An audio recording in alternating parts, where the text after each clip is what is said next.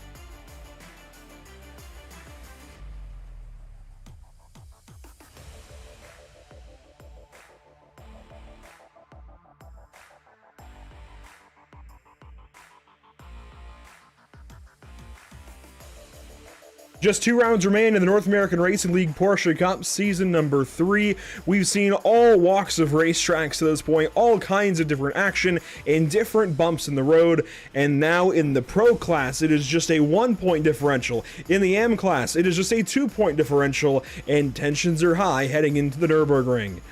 Welcome to Pit Stop TV. My name is Andrew Cardinale IV. I've got Scott Reiser alongside me for the amateur race tonight, and we are ready to go racing in Germany. Round 7 of 8, Scott. And of course, you guys put together a huge schedule for this season. Well, with one extra added bonus race, actually. So technically the biggest schedule we've ever had. Amazing racetracks, a lot of variety throughout, not just in location, but also in the kind of racetrack. And that brings us here right in this middle of this kind of Grand Prix style block here at the end of the schedule. Nürburgring Grand Prix, technically the wet course, but no chicane as it's labeled there. What brings us specifically to this facility for round 7? Oh, this is a great track to run on. I believe we ran on this track season 1 of the GT3 series, and everyone really liked it, so I decided to bring it into the Porsche series and took out the chicane so it'd be a little bit easier to get through. But this is a fun track. I mean, it's associated to the bigger track, and some of the guys run on that, so some of them are familiar with this track, but some aren't, so you'll see a difference in lap times from these amateur drivers. And we actually don't have an official iRacing fast lap for this particular car at this particular racetrack, at least this layout. The Porsche Cup cars usually run the more standard chicane that you can see in white there at the top of the track map in turns 13 and 14, that harder left and right chicane. We're taking the faster version, basically, that is much more of a left-right flick, which I really enjoy. I was taking some laps here earlier, getting used to it. Really enjoy this particular layout choice for this race. It's going to be fast, it's going to be narrow through there, and we're going to see some interesting racing as a result. Let's take a look at our amateur standings coming into this evening. I teased that we had a 2-point separation, and we do. At the top of the board, Cleber Tavares and Ilya Speaker just 2 points apart, and Tavares is on one heck of a streak. 2 wins in a row now between Monza and Brazil last week. Joe Nagy right there in third, only 11 points back. Bjorn Stange only another point back at 12 back. Joshua Lyon only 14 back. All these guys very tight.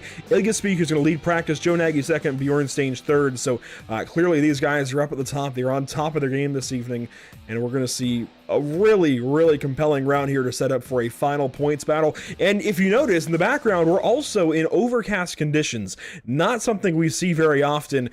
Scott, as a driver, of course, that runs in the pro race here in another 45 minutes or so, what is it like when you load into the session, you see that overcast condition, only 65 degrees, as cold as the sim will go? How big of a curveball is that? Well, I tell you, I've been practicing all week with clear skies, and I jumped in a session this morning, and it was overcast, and it's a big difference traction-wise. Almost a second faster lap for the pro guys. So it'll be interesting. I'm really impressed with Cleber. He's done a great job. He started out kind of slow, and he's picked up the pace as he's gone along, and he's got the Rockefeller Racing guys right behind him, so it'll be interesting races this time. And of course, Cleber Tavares is over at Epic Fails Motorsports, teammates with I gotta think the name, Tom Israeli and Rob Pendergrast over in Pro-Am that have been doing fantastic, taking podium finishes left and right in the case of Tom Israeli, and a couple for Rob even. So it's been interesting kind of watching that progression as this season has unfolded. Qualifying is just opening up for the amateur cars. Let's take a look at our race details coming into this evening. Of course, it is a 30-minute AM race with an 80% fuel limit, fixed setups provided by Infinite Racing Services, and of course no pit stop for these guys. Volker Krebs and everybody else out on the racetrack. Let's take a look through our field, and here is a look at car 53, who is making up ground, by the way, in the standings as well, getting closer and closer to that top 10.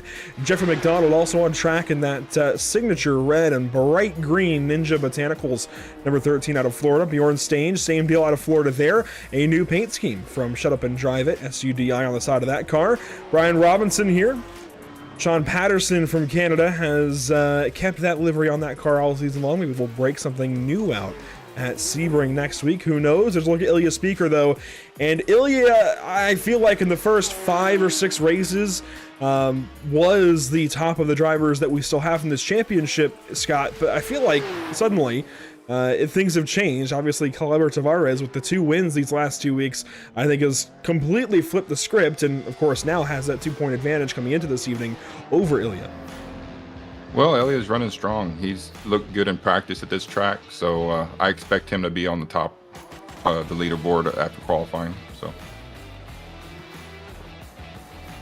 we'll look here at Ilya Speaker through the arena. Meanwhile, Kleber Tavares on the other end of things out of Brazil is, let's see, he is just now exiting the arena. So we'll see Ilya's first time come in first, and I'm sure it'll be very, very close between the 06 and 92 this evening. Samuel Bernardi also on track. Otto Rosa, Gary Weaver, Keith Wilfred, everybody getting up to speed. It is one of the lower car counts we've had this season, 21 cars. But that might help these guys in some of the twisty bits to start the lap off here. Definitely some troublesome corners here at Nürburgring. But with this Grand Prix layout, turn 1, of course, is the first one. Well, obviously. But I think the most difficult here at this track. And maybe you could say the chicane on the back end, turns 13, 14, the faster layout could be interesting for these guys as well. And those are the 2 trouble spots we'll see over the course of the evening as we're on board with Wilfred as he begins. Actually, yeah, begins his first timed lap. He'll be the final driver to begin his timed laps here in car 48. yeah, this track, first lap on cold tires is going to be tricky for a lot of drivers, especially turn 1. Might even be some slowdowns through the chicane, so we'll have to wait and see what happens.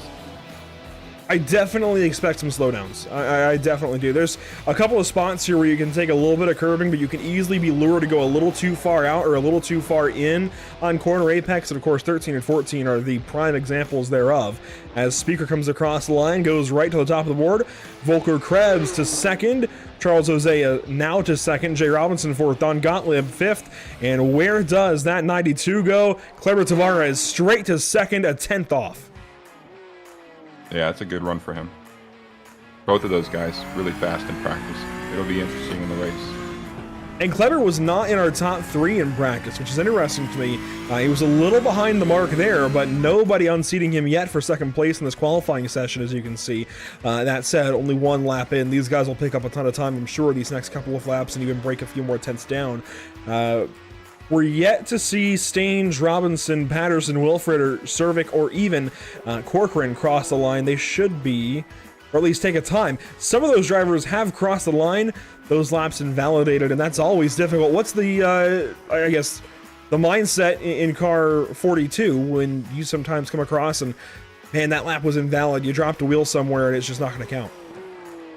Yeah, you have to, at that point, start conserving tires for the next lap. And it's a little bit more stressful having no lap counted. You're going to take it a little bit easier than you would if you had counted a lap. So your second lap will probably be a little slower because you're cautious. 4 minutes remaining in this qualifying session for the AM drivers. Ilya Speaker fastest by a 10th over Tavares. Joshua Lyon is somebody that's really come alive for Move Over Racing lately. I've really enjoyed seeing his rise to prominence in this amateur class this season. Joined multiple seasons ago in GT3 racing. I've recently recalled a specific memory at the Red Bull Ring where he was in a Porsche, and that was certainly not the car to be in at the time. He has picked things up since then. A fantastic AM competitor, and will soon be one of those drivers that I think gets promoted up to Pro-Am, whether it's between seasons, during the season, who knows. Joshua's on a fast track up for sure. Kleber Tavares to the line. Is he going to pick anything up? Well, he did get faster, I think. Yeah, it's a pretty quick time that Elias put in. So both those guys did great. 58 sevens are good laps here on AM setup. Neither one actually got faster. So last time for Ilya Speaker, a 2:01, I think he might have gone back to the pit lane. And look at that, Joshua Lyon. I mentioned him as a top driver recently, really coming into his own. Straight to the top of the board, a 58.680. That is 7/1000ths of a second over Ilya Speaker, who has got a little ways to go in this third and final lap of his run. we've seen this strategy before where some you guys will take one lap and then either slow down or pit the lap in between for lap number 2 and burn that lap and then come back out for lap number 3 swinging. What is the benefit there? On the Porsche Cup car, I think the guys are doing a little bit different strategy. I know I am. We'll take the out lap slow and the second lap not really push that hard, and then the next 2 laps will be the faster laps. So. There you go, Ilya Speaker. That's not going to do it. Yep. His run's done. That is way deep. He's still in a good spot, second place on the grid. So. We'll see if Kleber Tavares can go any faster, though. He just might be able to. That was a nice run there through turn 10. Now turn 11, popped a little bit of curbing. That might have slowed him down on apex. He might not have wanted to hit that curbing at the apex at 10. That could be a little troublesome as he flies through turn 12, now up to 13 and 14. Got to get this absolutely right in this car. It's going to be difficult with lower downforce, and right on through. That looked nice. That's wide, though. In the grass. Yep, that's a tough section. If you mess it up a little bit, it could cost you 3-4 tenths. So. We'll see what he's got to the line here. Kleber Tavares, he's going to go faster. No, he's slower by 2 tenths. Joshua Lyon might have got himself a pole tonight. That's great. That's a good run for him. It really is. Here's Joshua Lyon up out of turn number 15 into the line. It doesn't matter if he goes faster here or not, but he is nearly going to match that lap time, a 58.701. Impressive run here for Joshua Lyon for sure. Joe Nagy might still have something for him, though, as Joe completes his lap. Turn 12 here, up the hill.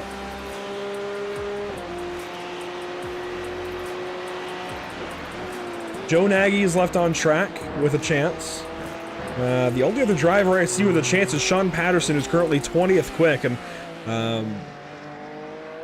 no offense to Sean Patterson, because he has improved a ton this season, but I don't think Sean Patterson is going to be taking that swing all the way to pole. We'll see here. Joe Nagy way off. I think that might have been a dead lap for him. So Sean Patterson on board, comes across the line, and now his run is done as well.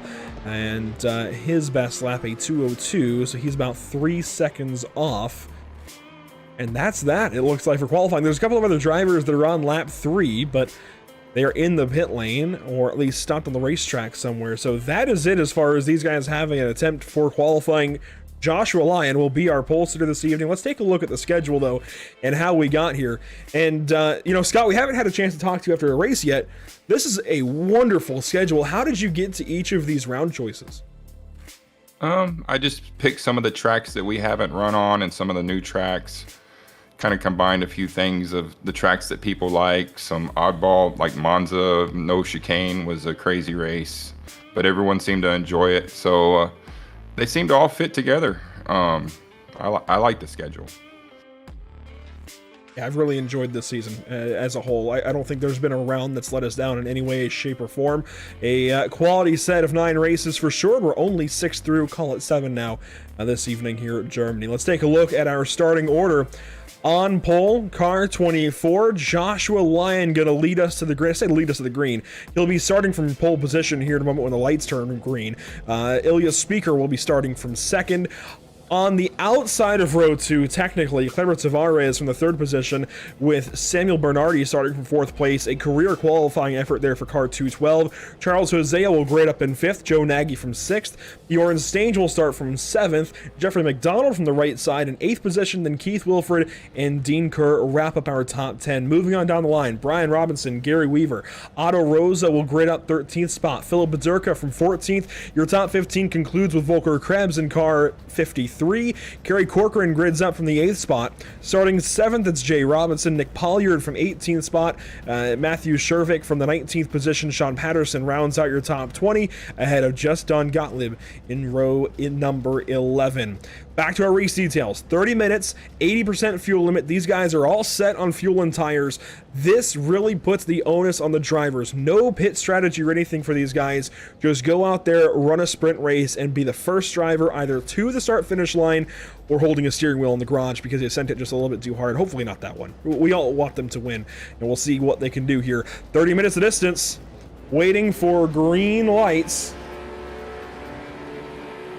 Joshua Lyon on pole. Green flag is out. We are racing in Germany. Wow. A massive start from Cleber Tavares down to turn 1. Josh spun the tires on the start. Somebody locking up in the back. I think that's Dean Kerr turning Gary Weaver around in turn 1. It was Dean Kerr sideways. Keith Wilfred goes for a spin, and we are side by side for the race lead, headed up through the arena. Joshua Lyon back into third, Bernardi fourth. Cleber Tavares has already taken over the top spot as we head up out of the arena, down to turn 5. Everybody is rolling, even Keith Wilfred and Dean Kerr in the back of the field, to turn 5 now. And this is where things really get tricky as well. Very technical bits of the racetrack here. Very fast corners as well, as Cleber Tavares now leads. That was a great start for Cleber. Cleber Tavares. Oh, yeah, Josh did. Even though Josh spun the tires, it was still a good start from Cleber. Absolutely. He immediately was on the throttle and right in between Speaker and Lyon before you could even realize Lyon spun those tires. So impressive start from car 92 as they head up the hill now, the back end of this course. Maybe side by side, Ilya Speaker on the right side trying to challenge for the top position. No dice there in turn 10. He's going to look to the left side for 11 and now fall back in line.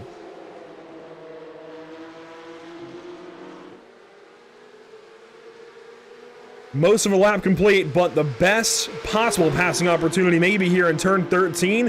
Basically a game of chicken, and Ilya Speaker is willing to take that risk. Lap 1 moves to the outside, backs out into 13, and gives that spot right back up to Cleber Tavares, but now puts himself in danger of being passed by Joshua Lyon.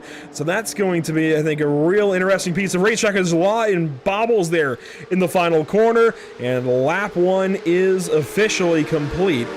In round number 7 for our amateur drivers, Corcoran up to the 11th spot. Gary Weaver got turned. He's back down to 18th. Jay Robinson down there as well as our leaders get into turn 1 once again. Oh, another lockup going into 1. Tires are still a little cold. Probably getting some heat in it, feeling about now. So. That was Jeffrey McDonald in the red number 13 locking up. Jay Robinson in trouble back in turn 1. He has gone way deep and actually nosed it into the barrier, it looks like. If he didn't nose it in, it was awfully close. And McDonald in trouble up out of turn 4. The Ninja Botanicals number 13 spun around. Phil Badurka now in trouble in the same exact piece of racetrack. Definitely cold tires talking the town right now. All of these guys struggling for grip. Yeah, that first section on cold tires is really tricky. You have to watch your car the first few laps. Meanwhile, Cleber Tavares started to check out over Ilya Speaker. This isn't as much of a draft track as a lot of the tracks we see on these schedules, so a little bit of a difference here. There's certainly spots to draft, I think, up through the Schumacher S to turn 10 like you're seeing now, and then again from turn 11 on throttle through turn 12 into turn 13, even the front stretch. But this racetrack doesn't rely on drafting quite like a few others. No. I think it's more throttle control more than anything on this track. Draft has very little to do with the race on this track, but throttle control will make a big difference on tire saving and, you know, getting out the corner faster. A good look here at the entire field as they come flying into the chicane. I still call it a chicane. The layout is called Nürburgring Grand Prix No Chicane in the sim. But I still call this a chicane here at turns 13 and 14. It still acts like one and provides that same opportunity. Maybe not necessarily a pass on entry, but I think a pass on exit if you catch somebody out as, whoa, Charles Hosea completely misses turn 1, goes way deep. And thankfully there was no contact with Samuel Bernardi, who he was following. That was a good save. He only lost 2 spots, so continue on. Couple of cars into the pit lane. One here is going to be Philip Badurka. Jay Robinson also in the pits, and actually was just slow. He's not in the pit lane. Was slow there, I guess, in the chicane, and you can see McDonald has towed to the pits. Badurka coming in, I think, for that fast repair, and should be released shortly as we wait car 70 on the racetrack again. His teammate, though, third place. Let's go on board with Lyon, who is still chasing Ilya Speaker. This is the gap at the bottom right hand of the screen. just about a half second as they head down to turn 7.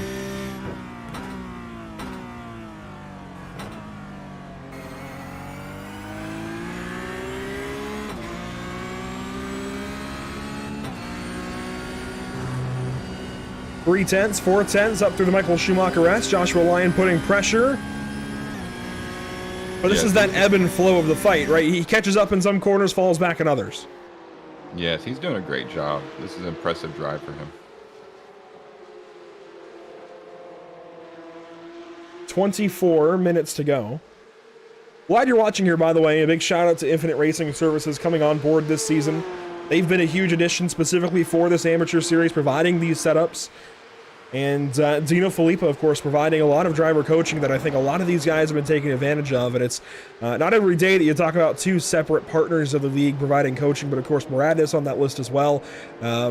It seems like every single week, at least one, if not two or three or four drivers are mentioning they got coaching from one of the two, whether it was Filippa at Infinite Racing Services or Giuliano Romagnolo over at Moradis M Squad. Somebody got coaching from somewhere, and it paid off every single week of this North American Racing League, no matter which division it is, whether it's Porsche Cup cars this season, GT3 cars that we'll see back in the fall. It seems like every single week that coaching gets more and more important as we've got a fight between Weaver and Gottlieb up to turn number 1. Gottlieb in the 73 car. No dice into turn 1.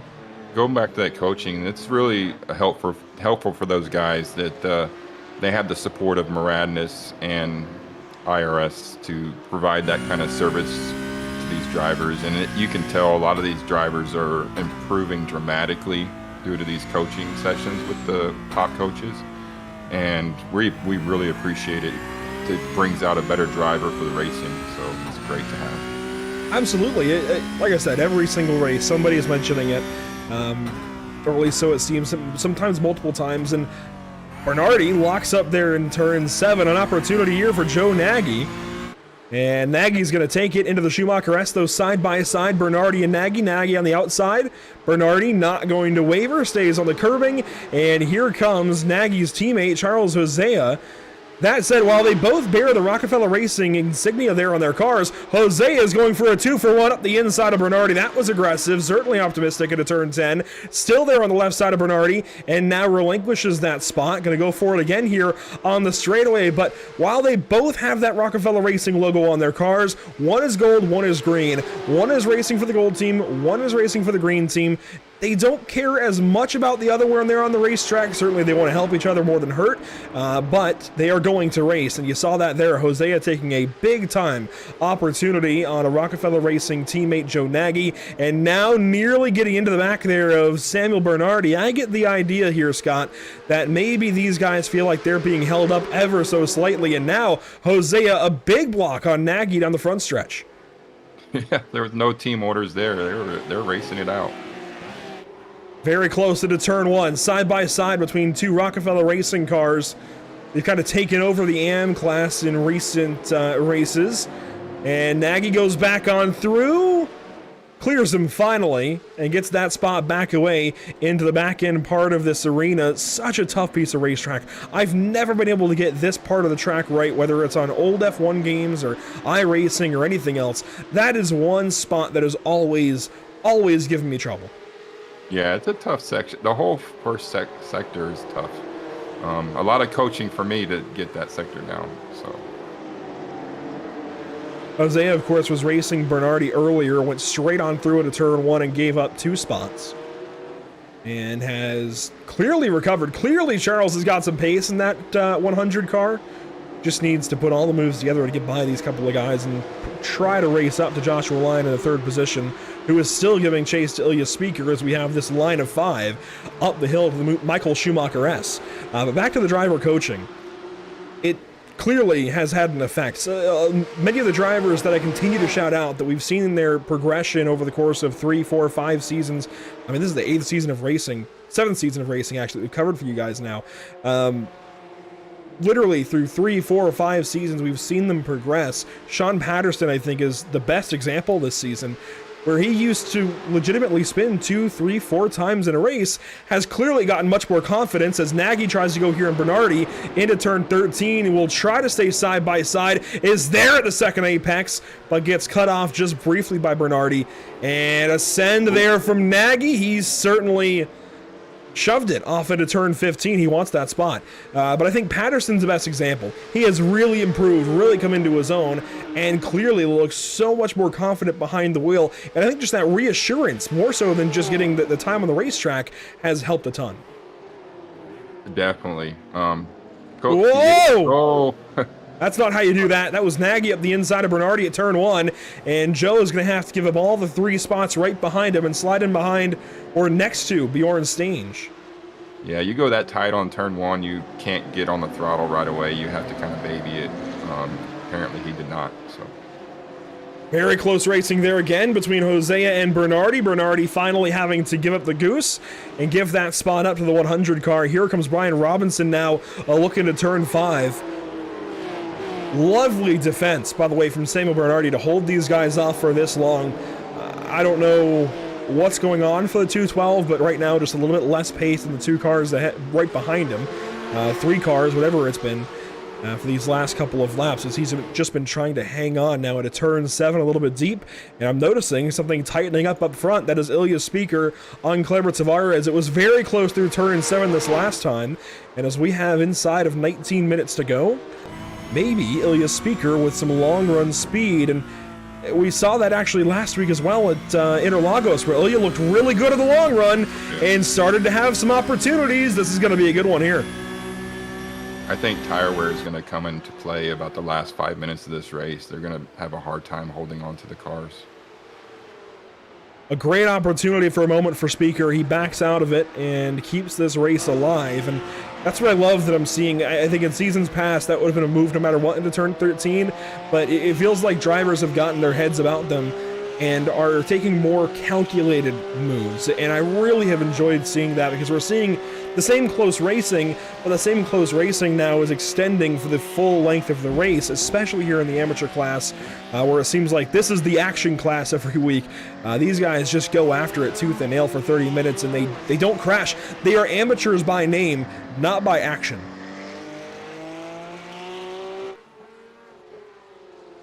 Charles Hosea with company from Bernardi, 4th and 5th.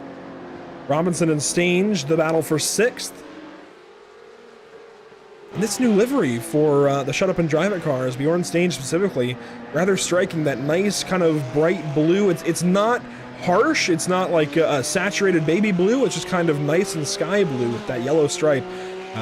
Very classy here from the Shut Up and Drive It camp, as Bjorn Stange is currently in the 7th spot. Some battles further back. In fact, Dean Kerr off the racetrack. This is outside of turn 1. And exited. Sure how that car got to that predicament, but we'll take a look here. Watch the purple number 84 racing with Sean Patterson, and deep there, locking up into 1, comes back across into the 23 of Matthew Shervick. And sure enough, Dean Kerr for a spin there on corner exit.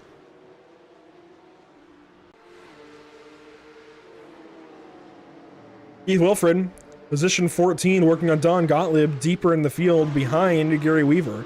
So Weaver has put that battle to rest between himself and the 73. And back up towards the front, these guys in a line again as they head back onto this backstretch. Up the hill we'll go. Robinson not close enough to Bernardi this lap. Yeah, I'm noticing this track's pretty tough to pass on.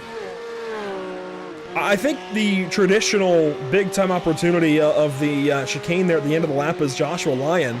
It was purple. I did not expect that, especially considering he's lost the draft of these 2 leaders. But the traditional passing opportunity at the end of the lap has been changed, where it's kind of a funneling opportunity and a mistake opportunity more than anything. So you can force somebody into a mistake, but it's harder to pass there. So that takes a great passing opportunity away there. And turn 1 is just a little bit daunting. I just don't know how many times we're going to see drivers actually send it to turn 1, as we've got problems in turn 15. Otto Rosa and Don Gottlieb in the final corner of the lap have had some kind of coming together, it seems. Oh man, sorry to see that for Otto. He's had such a good past few races. He's improved dramatically. And well, you can see Otto just. I think he just lost it going around and took the other car with him. Yeah, I think Don had a slower moment, just kind of checked up. Otto tried to take advantage, and yeah, Don missed the entry, and then Otto just kind of came careening in and tagged the 73, and they both went for a spin. John Patterson now in trouble live. We'll take a look at this real quick. This is on a turn 4 after it happened. Yeah. And that's the balance you have to make. Now you get to see it firsthand here, Scott, where certainly commentator curse is a thing. You talk somebody up, talk so well about them, so highly of them, and then one little mistake makes it all come crashing down. We are past halfway, which means we get to talk about driver of the day, and we nominate 4 drivers out of this amateur class. In the pro race, we nominate 2 from each class. But we get a chance here to nominate some of these guys that have had some really solid seasons. We'll skip over Ilya Speaker since he won it last week at Brazil. But that puts Cleber Tavares back on the order. It, of course, includes anybody else. Most notably, I think Joshua Lyon has to be somewhere on that list. Even guys like Charles Hosea, who's coming back from a couple of mistakes. Bernardi has been fantastic on defense. And Brian Robinson, a really odd performance out of him in a good way as he's defending here over Bjorn Stange. Robinson has been top 5 until this point now, and wow, Stange out way out to the outside of turn number 1, which means Robinson hangs on to 6th. I was gonna vote for Bjorn, but yeah, he's been all these guys have been improving dramatically, so it's good to see. Bjorn Stange finally finds his way back onto the racetrack in position number 12, behind Gary Weaver and Nick Polliard, who is now a new promotion into the top 10, and Samuel Bernardi has just looped it. I think that is headed up to turn 5. Still trying to find some way to get back on the racetrack. Oh, man. It's a tough spot to rejoin. It really is. And you can see now he is down to the 12th position. And Bernardi has been joining the Discord post-race every single race as Ilya Speaker's got trouble. Oh, no. He's rejoining the racetrack, will do so nicely. There is contact here with Joshua Lyon. Check this out. Out of turn 7, Speaker off the track a little bit. Lyon tries to force it up the inside. They make contact. Oh, no. Lyon out into the guardrail, and Speaker back across the racetrack. That is not going to sit well with either one.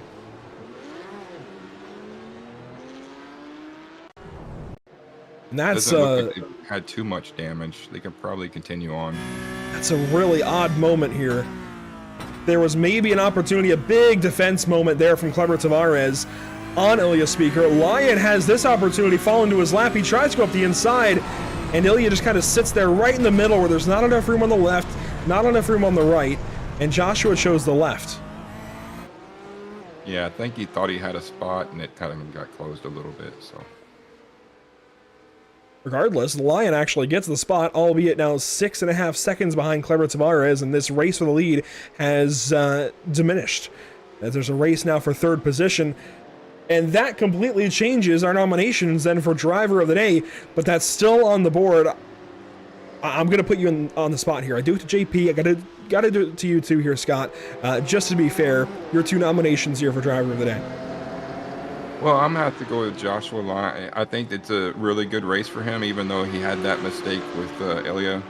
I think he's done well this race, so I'm going to go with Joshua and also with Brian Robertson. Really good picks. And I think 2 that I specifically mentioned that now you're taking off of my list. But that's how it goes. So then I definitely have to, you have to include Cleber Tavares, I think. He's won it this season, yes.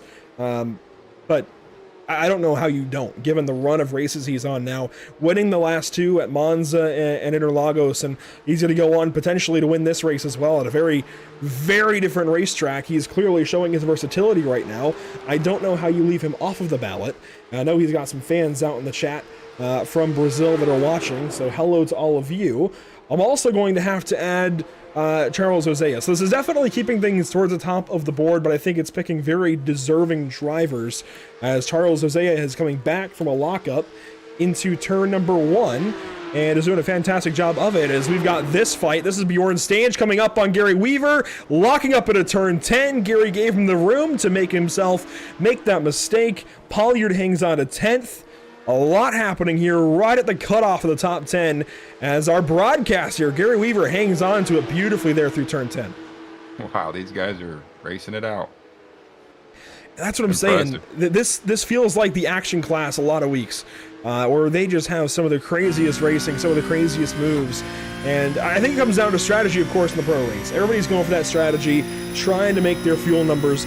Here, you don't have to worry about the fuel, and they just race it out in the AM class as Robinson goes defensive for turn 1. Nagy going to try and cross him up. No opportunity there. Yeah, in the pro race with the top drivers, I think you'll see a different strategy. The top guys will be fuel saving, and since it's so hard to pass here, they might as well fuel save. So as long as they're staying in a group together, they'll probably stay that way. Just the name of the game as Nick Pollard has a slow moment there in turn 1 and gives up spots to Keith Wilfred and Bjorn Stange, who is now back into the top 10 behind Gary Weaver. By the way, that poll is now up on YouTube, so get your votes in for the amateur driver of the day. Joshua Lyon, Brian Robinson, Kleber Tavares, and Charles Hosea are all on that ballot. Make sure to vote. They get a load of extra side cash and, of course, bragging rights heading into the final round next week in Sebring. So that would be very, very helpful to each of their causes. Charles Hosea, by the way, working on Ilya Speaker, his teammate, who was fantastic last week at Brazil, had one of the greatest sends we've ever seen for the race win. Didn't make it work, though. Speaker came up with that one spot short in second and really needs this race to go right for points. Right now, it's going the opposite direction where Tavares is going to open up a much larger championship lead. I say much larger. It won't be huge, but it'll be points, and that's what Ilya Speaker cannot afford. Yeah, and he started his season way down. It's impressive how he's gained momentum at the end of the season to close it out. So we'll see what happens at the future race of Sebring. It's a tough track. So it is a tough track, specifically for this car. I took some laps there earlier as well, getting some prep material, and these cars with cold tires specifically, there's just so little front grip, I feel like, and I'm sure the Infinite Racing Services setup improves on that. But at least in the baseline setups for my racing, there's just so little front grip. I try to go out there for my own laps. It's like, I don't know what I'm doing here. So it really makes me appreciate what you guys do that much more, because I simply can't do it. And at Sebring, it felt even worse because right out of the pit lane, that out lap, you're straight into those tight sections for turn 3, 4, 5, 6, even turn 7, the hairpin. You still don't have much tire heat. And it's just like, the front isn't doing anything. I think we'll see some of that tonight in the arena here as well in the pro race. And we saw it, in fact, in this amateur race as Gary Weaver gets passed up for the 9th position by Bjorn Stange. So I really do sympathize. The front just feels like it has nothing when you go out there on the racetrack for the first time. Infinite Racing Service, they put out Dino's doing a great job putting these setups out. They're really good. I drove a few of the AM setups, and they're solid. So he's putting out a good setup for these guys each race.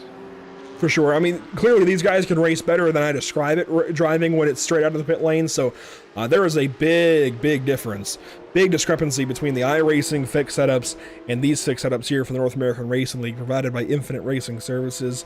A big shout out to them for the whole season. It really has been a treat watching these amateur guys be able to go at it like this.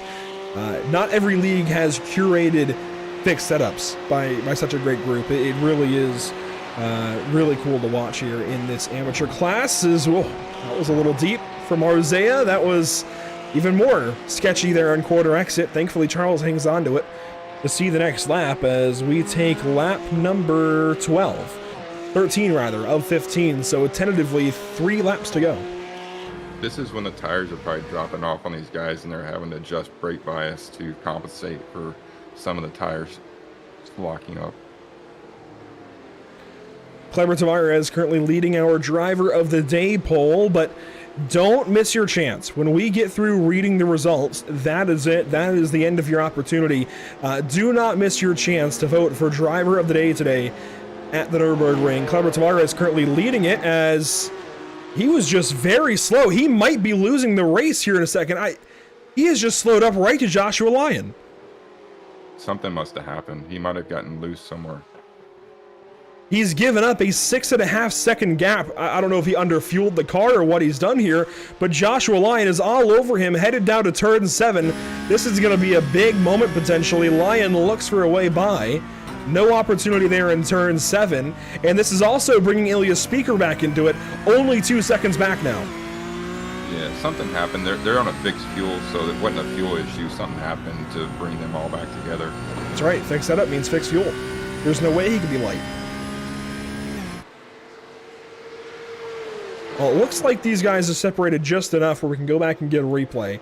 I certainly don't want to miss something if they're going to get to racing, but let's see if we can find what happened to Kleber Tavares. I didn't think I saw any kind of moment. He just slows up. It might be a computer issue. Hardware issue, maybe. Something going on. He just slowed up in the last apex, the last corner of the arena. I just don't know what just happened, but we've got 2 laps to go this time by, and a big time race for the win between Tavares and Lyon. This could completely change things. Ilya Speaker now within 2 seconds. If he gets there, that could swing the championship back in his favor. Yeah, they just wanted to make it. Oh, here we go. Joshua Lyon straight on through at turn 1, locks up. An opportunity gone for car 24. Ilya Speaker goes back on through, and now 2 laps to go. The gap is 1.3 seconds. What happens here? Wow, he at this point you need to be putting more rear brake bias, and obviously he didn't have that, so a little too hot in that corner. Yeah, just a little. Here is Joshua Lyon straight on into turn number 1, just deep.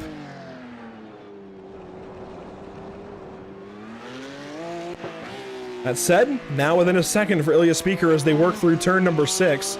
A live gap on the bottom of your screen. That is tracking to Tavares, even though it says to Lyon. That's because Lyon pinged ahead of Speaker at the line. But the delta itself is accurate to Kleber Tavares, now within 8/10 nearly. There it is, officially within 8/10 of a second to the Michael Schumacher S. A lap and a half to go at the Nürburgring. And we might have ourselves one heck of a race for the win here in the penultimate round of the season. These two are your point leaders, in fact. Kleber Tavares coming in with a 2-point advantage over that 06 car. That makes this all the more interesting. How lucky was that wreck that they had earlier in the race not to have any damage and be able to race up front like this? So, both these guys. Extremely. Elliott and Joshua. Extremely lucky. That's the answer there, as we will have just at 2 minutes to go when we come around and take the white flag presented by Whiplash Simcams through turn 15 now. And Ilya Speaker's there within a half second. 1 lap to go, this time at the stripe. Final time around, and Barney's going to be waving that white flag. Well, at least he should be. He isn't yet, but that's okay for the race lead up front. Okay, no lockups. They all did good. Beautiful execution from each driver there in turn 1. That's what you need. Still far, far from over here. Kleber Tavares is turning the wick back up a little bit. Might just be trying to take care of his tires and use the gap that he has, but doing so to the extreme.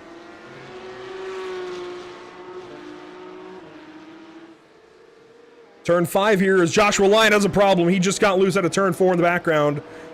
Oh, that was right at the back end. Not even out of the arena yet. Oh, no. Up front, though, it's still a 2-car race. Lap traffic up ahead in the distance. I don't think they'll get there. Kleber's got enough gap to where if he doesn't make a mistake, it'll be hard for Elliott to get by him. A half second as they leave turn 7, head up to turn 8 at the Michael Schumacher S. Ilya Speaker trying to get there. He needs these points. This would swing it back in his favor. That was almost a slowdown. Was that maybe what happened to Tavares? Was it maybe a slowdown that brought him back to these guys in the first place? Is he maybe worried about incidents? I believe it could have been a slowdown. To slow down that slow for that long is probably a slowdown, but but he's still up front, so let's see what happens. Last opportunity, 13 and 14. Ilya Speaker trying to set up for the exit. Can he do anything here in the final quarter of the race? Looking to the inside of turn 15. He's going to send it. Nearly gets into Kleber Tavares, but races clean. Love to see that. And for the race win, Kleber Tavares takes home another in car 92 checkered flag for the Brazilian. 3 wins in a row. Charles Hosea comes back to third. You're right. Absolutely great race. That is exactly the kind of drama you hope for at the end. Brian Robinson comes across 6th. Kerry Corcoran 7th. A career day as well for Kerry Corcoran. I think that kind of flew under the radar as he crept into the top 10. 7th place for the number 8 car. Volker Krabs 8th. Bjorn Stange 9th. And then Keith Wilfred 10th. A solid run for Keith as well when it was all said and done. Congratulations to all these guys. This is a tough track in this car. To have 21 AM drivers on this track duking it out, it's much appreciated for those guys. Otto Rosa, Matthew Shervick, our last good fight to the checkered flag there for 14th and 15th. A couple of cars back here. Yeah, given the circumstances, absolutely. 14th, he'll take it. Here's Jeffrey McDonald in 19th spot. Dean Kerr, the one retirement here. And unfortunately, Scott, there have been a couple of races where you've been in this kind of position. You're just trying to get back to the flag. Something happened to you in your race. What's that feeling like? Frustrating. We all put a lot of time before each race, and to have something happen right before the finish and basically ruin your day, it's frustrating.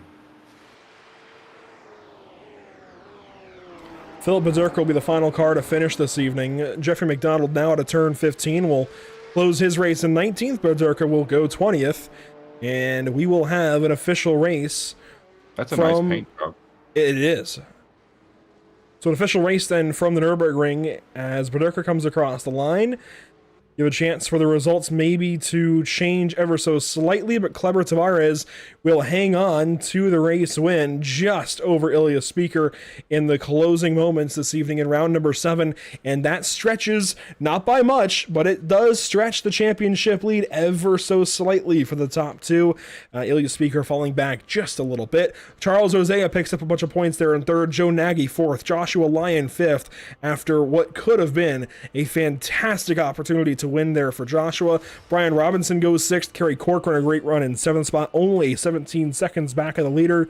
Volker Krabs, Bjorn Stange, Keith Wilfred, the remainder of the top 10. You see the rest of the top 20 here.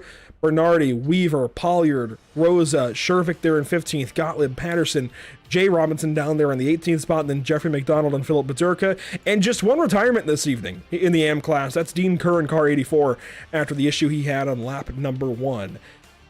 Scott, it has been a pleasure. It really, truly has. Thanks for joining us here in the booth. I know we had kind of a schedule mix-up. No Emerson, no JP. Hopefully we have Gary here, I think, here in about 20 minutes for the pro race. But it has been a pleasure having you in the booth for this one, as Kleber Tavares will be our driver of the day. Scott, I'll let you get ready for the pro race. Best of luck to you in car 42. Any closing thoughts here on the M race, though? No, I'm just really impressed with all these guys running as close as they do up front and clean racing. We saw a little contact between Elia and Joshua, but I don't think it was any intention there. It was just a close quarter thing.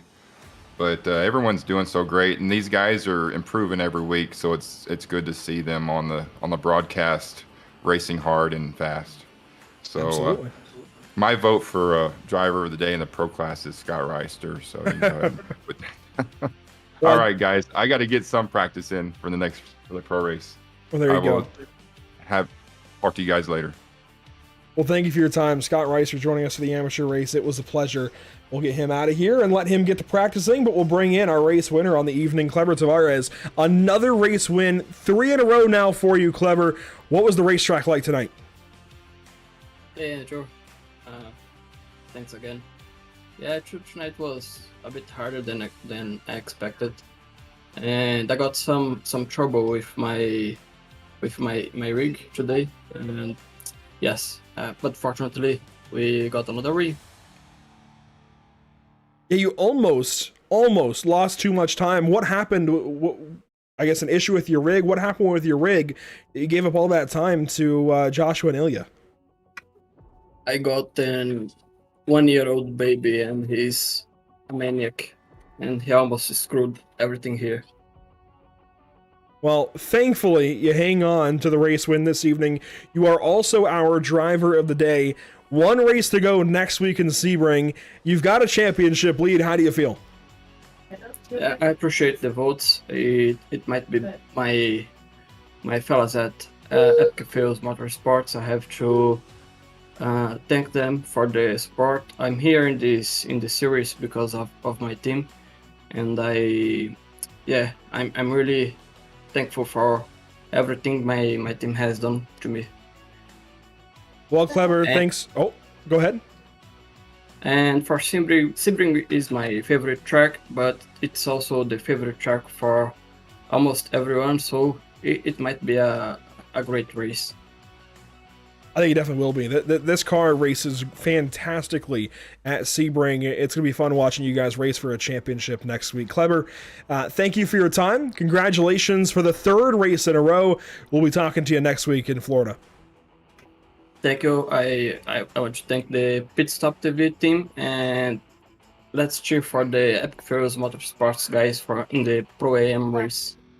Absolutely. Thomas Reilly and Rob Pendergrass coming up in just a couple of moments. Kleber, once again, have a great night. Congratulations. We'll be talking to you next week.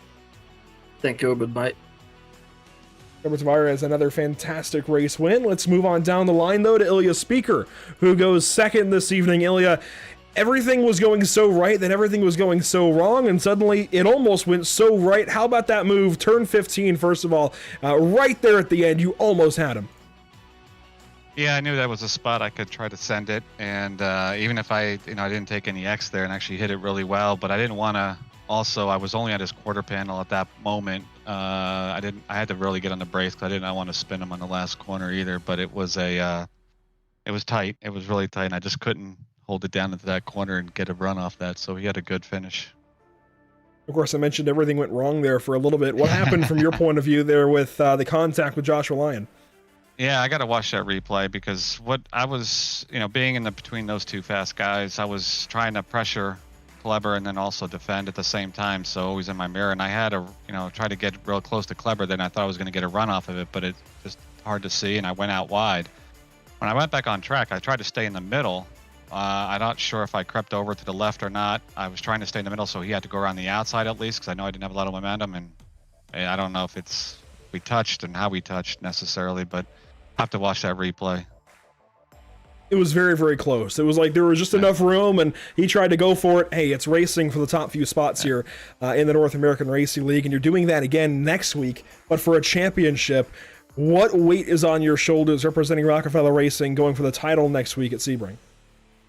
Yeah, I think it's, first of all, their team did great again. I think today, our team points are going to be just fine. I think for me to do it, I just got to make sure to put enough time in, and then also make sure I can make a pass on Kleber. It's got to happen sooner or later. He's taken the right lines, and I have not been able to get that qualifying time in like I do in practice. And I think we all struggled a little bit on the qualifying today, but overall, I'm going to be there and I'm going to send it. It's going to have to happen at some point. Well, best of luck to you as you try to bring the challenge there to Kleber for the championship. I think it'll be 4.5 point deficit going into next week. So best of luck to you. I'm very much looking forward to it. So am I. I appreciate it. He's a good guy and good race for everybody. It was a fun race. Absolutely. Ilya, thank you for your time. Hopefully we're talking to you next week. All right. Thank you, man. Have a good one. That's Ilya Speaker from second place, and there's somebody, and I've mentioned it a couple of times, we haven't had the opportunity, though, to actually go out of our way to talk to this driver. Sometimes, we tell drivers to always connect if they want to talk to us, even if they're not in the top two, because if a driver in the top two can't make it for their interview, we try to get that driver. Somebody who it has just never panned out for, though, but we've always wanted to talk to because they always connect to the broadcast waiting booth is Samuel Bernardi, and it was a rather eventful race for Samuel this evening, all over the place, inside the top five, being Minister of Defense, if you will, here in Germany. battling with Charles Hosea, Joe Nagy, and everybody else. But how did things go from your perspective here, Samuel? You know what? I qualified higher than I expected to. So, pushing it in qualifying went far better than I expected for myself. Defending from Joe has proven to be difficult over the past 2 races, but it's been really it's been a lovely time fighting with him. He's a talented driver, and everybody from the RR team is actually just phenomenally talented drivers. I think unfortunately I put a tire out of place on turn 4. Ended my race at the top, but luckily there was some clean racing between everybody up there, and it was a lot of fun. And of course, the way these interviews are structured, technically it's the top 2 drivers that we talk to. We sometimes get to other guys. I wanted to make sure that we could talk to you at least once before this season closes. You've been so close so many times to a podium. I think you've got a podium at some point this season, a top 5 or 2 for sure. This interview is not without merit. It has been so much fun to watch a brand new driver we know nothing about bring it to these top teams in the series. Has there been that kind of underdog mentality a couple of times where you're out there solo, independent, racing these guys with all their teammates?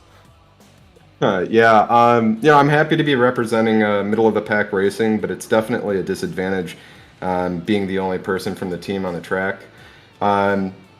Fortunately, I've had the chance to race with Milan Harris and Joe Nagy and Ilya on other occasions, and I like to think I've learned something from them. So while I'm kind of coming up from an underdog position right now, I hope to be racing a little bit closer with them here shortly. And luckily, we share a few different leagues together, so we get the opportunity to share a strategy every once in a while, even though we're not on the same team. Well, there you go. Samuel Bernardi from the 11th position tonight. I know you kind of slid down the order, only top half of the field, just barely, but a really solid opening to the night and a really solid season as a whole. You've been in the conversation all season long. Can't wait to see how you close things out next week at Sebring. Thank you. It'll be a really exciting finish. Thanks for having me. Absolutely. Thanks for your time, and glad we finally got to talk to you. Yeah, absolutely. Same here. Well, Samuel Bernardi there from the 11th spot in car 212. Glad to finally talk with Samuel at the end of one of these races. It has been a long season of trying for him, and he's been the one driver from the M class that always connects, always wants to interview, just hasn't ever gotten the chance yet. Glad we got to talk to him before we couldn't. So good talking with him. Let's take a look at the schedule briefly. You can see round 7 now closed for the AM guys. We're on to Sebring next week, then the bonus race for winners at Long Beach. And a quick look at our upcoming broadcast here at Pit Stop TV. In case you just watched your driver run their race and you're tuning out, well, we don't want you to do that, first of all. But just in case, here's a look at what else we have coming up on the channel. Sunday evening, we take some late model stock cars and super late models to Lime Rock Park for the Noble Can-Am Series. Think Trans Am style racing, tube-frame chassis, big motors, big tires, and just hardcore racing on June 18th from Lime Rock Park before we go dirt racing at Lincoln Speedway for the Dirt Car Pro Late Model Series, brought to you by Elite Performance Industries. On Tuesday, we go into Southern National Motorsports Park for some classic short track racing with D-Line Racing League, brought to you by Elevated Performance. And then finally, Thursday, we come right back around full circle with the North American Racing League on June 22nd as we go to Sebring to crown a champion at 8:30 Eastern. This season has been a wonderful journey. Thanks for joining us so far. Hopefully you continue on to part 7.5 or something like that as we have the pro race coming up in just a few moments. Don't go anywhere.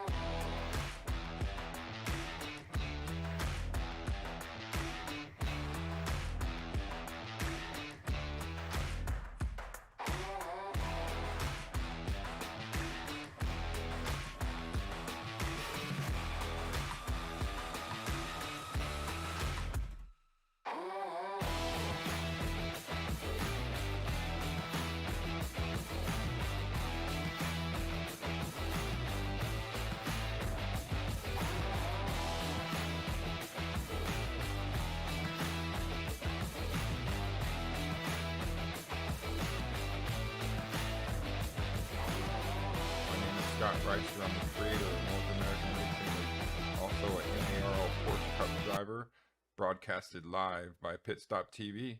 Hi, my name is John Sedlak, and I race for Firelight Esports in North American Racing League. You can find me on Twitch at twitch.tv/diesel_dad.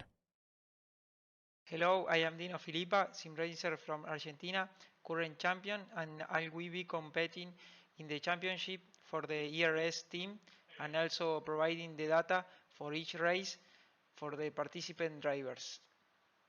Hey guys, I am Marco Saavedra, and I'm a NARL Porsche Cup driver representing Infinite Racing Services. I'm a race winner and multiple podium finisher on the last NARL GT3 season, so I'll be working to get even better results this championship on a different car. See you all on track. Hi guys, I am Ricardo Rico from Spain. I drive with Zenit Esports and I will be doing this Porsche Cup season in the North American Racing League. I hope you can catch with us on the Pit Stop TV broadcast and we will try to give you a good show. See ya! Hi, my name is Lubov. I'm full-time streamer, content creator, ambassador for Master and Excel Racing. And also, I'm North American Racing League Porsche Cup driver. Hey guys, my name's Ryan Kerr. Looking forward to racing in NARL, broadcast by Pit Stop TV again this season. This time in the pro category after last season's good result. Racing again with Miranda's. Looking forward to seeing everybody out on track. Hi, my name is David Schwartz. I'm 36 years old. I'm from Las Vegas, Nevada. I'm representing the Miranda's M squad. In real life, I'm the 2018 D Street Las Vegas region autocross champion, also an STCA.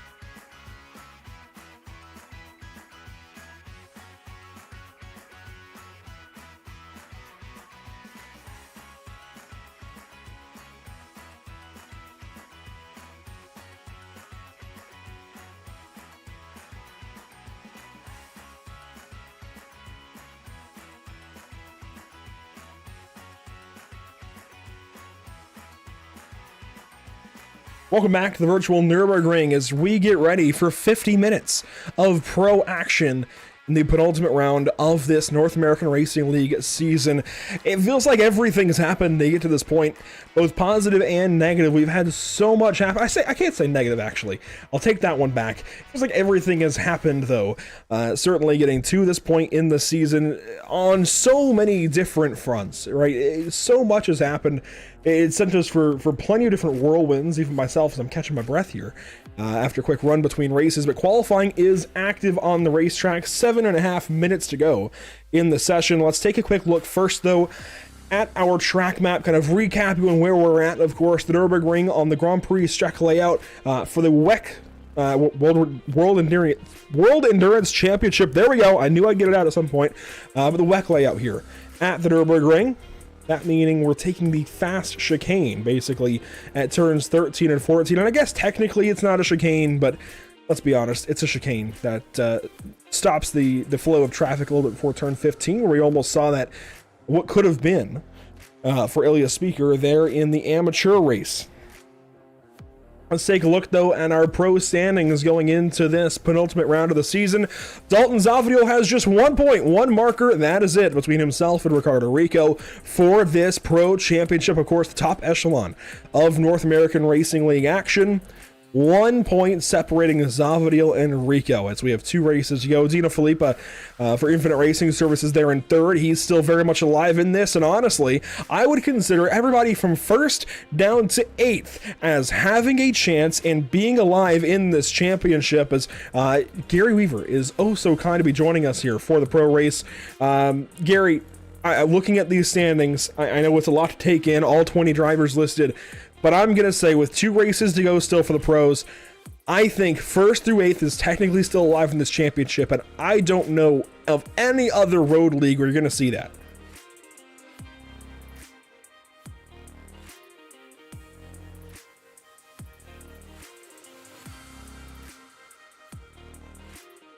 It's always the arena section that gets me for some reason. It just feels so painfully slow. It's really weird.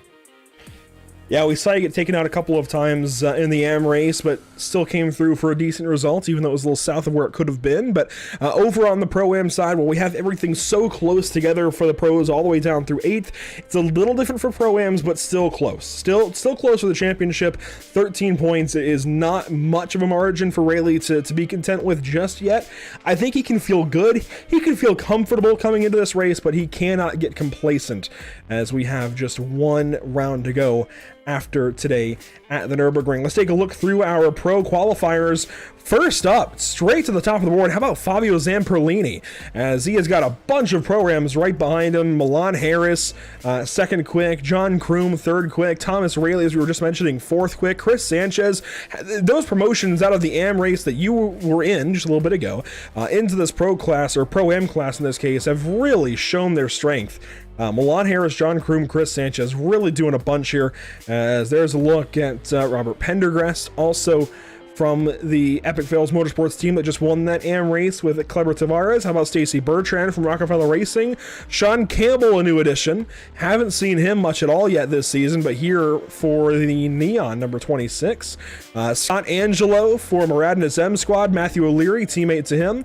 Aubrey Kundle in his signature orange number 53 car with Christian Gritzko here for Shut Up and Drive It. Adam Hartzell in the number 81. He's done well in this Pro-Am class this season. And Scott Reister, who was playing broadcaster just about 20 minutes ago with us in the AM race. Good to see him flying around here in his signature grayscale number 42. Dino Filippa there from the South America Club, along with Marcos Saavedra, teammates, of course, at Infinite Racing Services, and Dalton Zavidio, point leader. But, Gary, by 1 point over Ricardo Rico. I don't know how this championship is going to go yet. I have no clue, of course, how things are going to end. But either one of these drivers, I know, are going to be so deserving. And it could be somebody outside of the top 2 still. There's so many drivers still alive in this championship. Even Zamperlini, who there goes for pole at a 1:57.028. But Zavidio to the line. Let's see if he can go any faster. Needs a little bit of time to get up there. First lap was a 2:07. And that will... Well, Reister goes to the top of the board, but wait for Zavidio's time. It was invalid. It's not going to count. I did seem slow in the last corner, so I think he was just trying to get a better run up. Gustavo Ariel now top of the board, a 1:55.966. That is insane. Reister came in just at a 56.9. Resende now a 56.6. A 55.9 is huge. Saavedra at 56.2.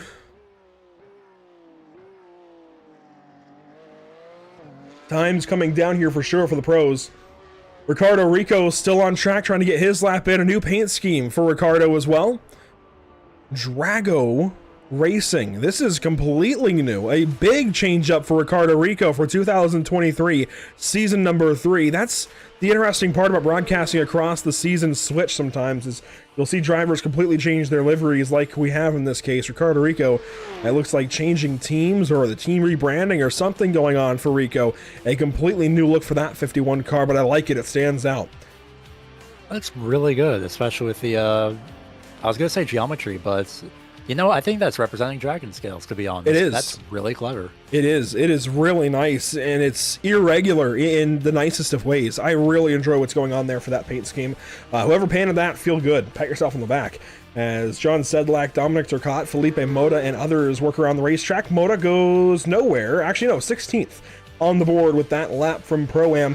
And currently the top Pro-Am time is Milan Harris in 7th over Thomas Rayleigh by just under 3/10 as Gustavo Ariel's run is over. Here's Marcos Saavedra, second right now in qualifying, 2.5, so a quarter of a second behind Gustavo. Let's see what he can do. Final chance here for Marcos in his final lap of qualifying. Gotta fly, you gotta fully commit here through this chicane. 13 and 14. Felipe top of the board, a 1:55.831. That actually spells good things for Saavedra here, who's on the same setup, I'd imagine, from Infinite Racing Services. Let's see what he can do out of turn 15 to the line. It's not any faster. It actually slows down by over 1/10. So trouble there on the last lap from Saavedra. Chris Sanchez still has a chance. Will he take it? No. Enrique Poletti, though, 17th, currently on the board, might have something this final lap of qualifying, trying to beat a 1:58.454. If he can beat a 1:58.328, he would jump to 16th or higher. Looking for a 1:58.3 or better for the 11 car. It's a 1:58.255 as Rico goes to 3rd. Enrique Poletti will go to 16th, and Dalton Zaviel, by the way, has qualified 6th. As times finalize here, Felipe Mota, teammate to Enrique Poletti, might have something, as Bruno Del Carmo is now on track. The ever so threatening number 69, Bruno Del Carmo. Let's see what he can do this second lap of qualifying. I wonder, yeah, he won't make it in time, so he's going to round off the final corner. That's a very, very tricky exit. But down to the start-finish line he goes, 10th. Yep, 10th place for Bruno Del Carmo as the time finalizes, and Mota goes up to 16th. Two cars not taking a qualifying time. Those are Sedlak and Turcotte at the back end of the field. Weather conditions in this race, let's see if it changes. 79-degree track temp. Is it going to be anything different here for the race? It has cooled down from 79 to 78-degree track temp. So a small difference, still overcast, mostly cloudy, as you can see, clearly labeled. With 65-degree air temp, a very different round from what we've seen this week. We've seen a lot of sunshine throughout this season number 3 for Porsche Cup Racing. I'm very surprised to see the clouds out here in Germany, but we have got 50 minutes of racing coming up. Let's go through our starting order this evening for the pro race. On pole, car number 1, trying to go for a championship. He's still got a chance. Dino Filippa from Infinite Racing Services. Gustavo Ariel goes second in qualifying. Starting third, though, Ricardo Rico, just 1 point behind Dalton Zaviel, and a much better starting position alongside Marco Saavedra. Starting fifth, it's Jackson Rosende. There you'll find our points leader, Dalton Zaviel, starting from 6th. He really needs to get better here in the race. Scott Reister grids up 7th. Fabio Zamperlini 8th. Sean Campbell and Bruno Del Carmo complete your top 10. 11th place is going to be Milan Harris. Thomas Rayleigh starts off in 12th. Luan Hott starts 13th. 14th place, John Kroom. 15th is going to be Robert Pendergrast. 16th place is going to be Felipe Mota. And then 17th place is going to be started off by Chris Sanchez, with Enrique Poletti starting off 18th. And then 19th place is going to be Matthew O'Leary, top 20 being rounded out by Aubrey Kundal. 7 more cars, though they are Adam Hartzell, Scott Angelo, 23rd, Stacy Bertrand, 24th, Armando Bejaran. The final 3 are Christian Gritzko, John Sedlak, and Dominic Turcotte.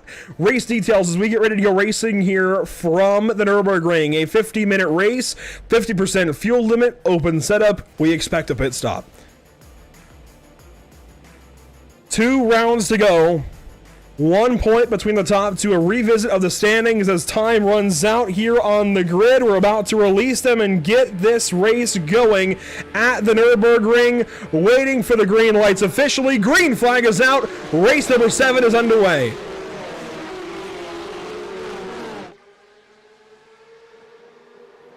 A big time start by those orange-clad Infinite Racing Services cars. Ariel way out wide. Dalton Zavadil racing for everything he's got. And Ricardo Rico trying to hang on to a third place. Now racing with Saavedra. One car slow. It's Enrique Poletti. Everybody else keeps on going.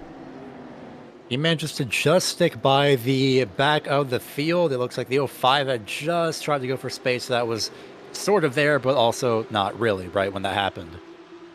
Through the arena section, everybody continues on. No cars parked. That is what you like to see now into this kind of weird carousel portion of turn number 6. It's oh so tough to get in just right. These guys, though, all doing it as a cohesive group on this opening lap of 50 minutes. We're expecting 26 laps in this race. We'll see if that changes. Down into turn 7, another kind of carousel section. It just takes so long to get around that corner. It's so difficult to be disciplined on the throttle. Especially midway through the hairpin, essentially. If you could even call it that, you have to wait. Oh, whoa. Chris Sanchez. Scott Angelo. Yeah, Chris Sanchez just tagged Scott Angelo and hooked him around. Sanchez still racing here with Angelo's teammate and Aubrey Kundle. So Matthew O'Leary ahead. Kundle moves over and blocks on the Gritsko machine. And now one car is slow. Ricardo Rico giving up time. He is now back behind Dalton Zavadil by 2 places. In fact, make it 3. Ricardo Rico down to 8th, or Dalton Zavadil in the 5th spot. And lap 1 isn't even over. We've seen everything change. And look at our top 3. 1 Texaco Racing by TK driver. That is Gustavo Ariel. Then you've got our 2 Infinite Racing Services drivers of Felipe and Saavedra, and now finally 1 lap is complete, and there's a lot going on. No one is, right when I say that, I think it's Adam Hart. No, Christian Gritsko is around in the final corner. He just gets avoided to get tagged. I think he's trying to refire it up. Yep, there he goes. So now I can actually say, despite all of that happening, as we have a very close pass for the lead, Dino is on rails right now. He is going for it. No one is out. A lot going on around the circuit right now as everybody's in sector number 1 currently. That's a good sign. Gustavo Ariel has got company from Dino Filippa, and I'd love to go back because actually we do have a problem. Gritsko, I don't know where he just ended up, but it was not where he needed to be. I was just going to say I want to get a replay of what just happened, but we've had a lead change. Filippa through in turn 6, Ariel up out of the way, Saavedra going on through, contact between those guys, maybe ever so slightly, as they head down to turn 7 now, side by side into the braking zone. Saavedra on the inside, Ariel outside, and Gustavo's going to have to square back up and go after it again. Matthew O'Leary now slow out of turn 6 and headed down the hill to 7. This is the onboard from Gustavo. You know, these laps, they're about, what, 2 minutes just about. Even last time by it was 2 minutes, as we see Ariel try to get the switch back, and he slides. He lost traction. He got the curb, so that did not help his corner exit. So he could have made that, but unfortunately it's not going to be the case. So now Saavedra might have a chance at the lead here. It's 2 teammates out front, and Filippa's in the better points position. Gustavo isn't really, I mean, he's in it for the standings, but he's not as close as Filippa or Rico or Zavadil in this case. And he's got a teammate approaching. I just wonder how the team dynamics are going to work today. This isn't a drafting track, really, as we mentioned with Scott Reister in the AM race, but you can use it to your advantage, and certainly any kind of teammate help is teammate help. You want it if you can get it. I wonder how much it will come in as Saavedra goes purple, Rosende then goes purple as he's approaching this fight for the top 3, and Gustavo down to the inside in turn 1. Wow. That was a late move, and he sweeps Saavedra out to the corner exit. That I don't think will be appreciated whatsoever. Use the entire width of the racetrack. I don't know about that one. That was very aggressive. I feel like if we take a replay, we might see why he was that aggressive. Let's give it a shot and hope they don't get too crazy here. Let's go back and see if we can find the moment in turn 5, was it? Where, here we go, Gustavo loses the lead. Let's check this out. That was also a bit late. I think there was some netcode that pushed the 12 car out, and I'm sure from Gustavo's position, he has no time to think about netcode. All he knows is there was contact to his car.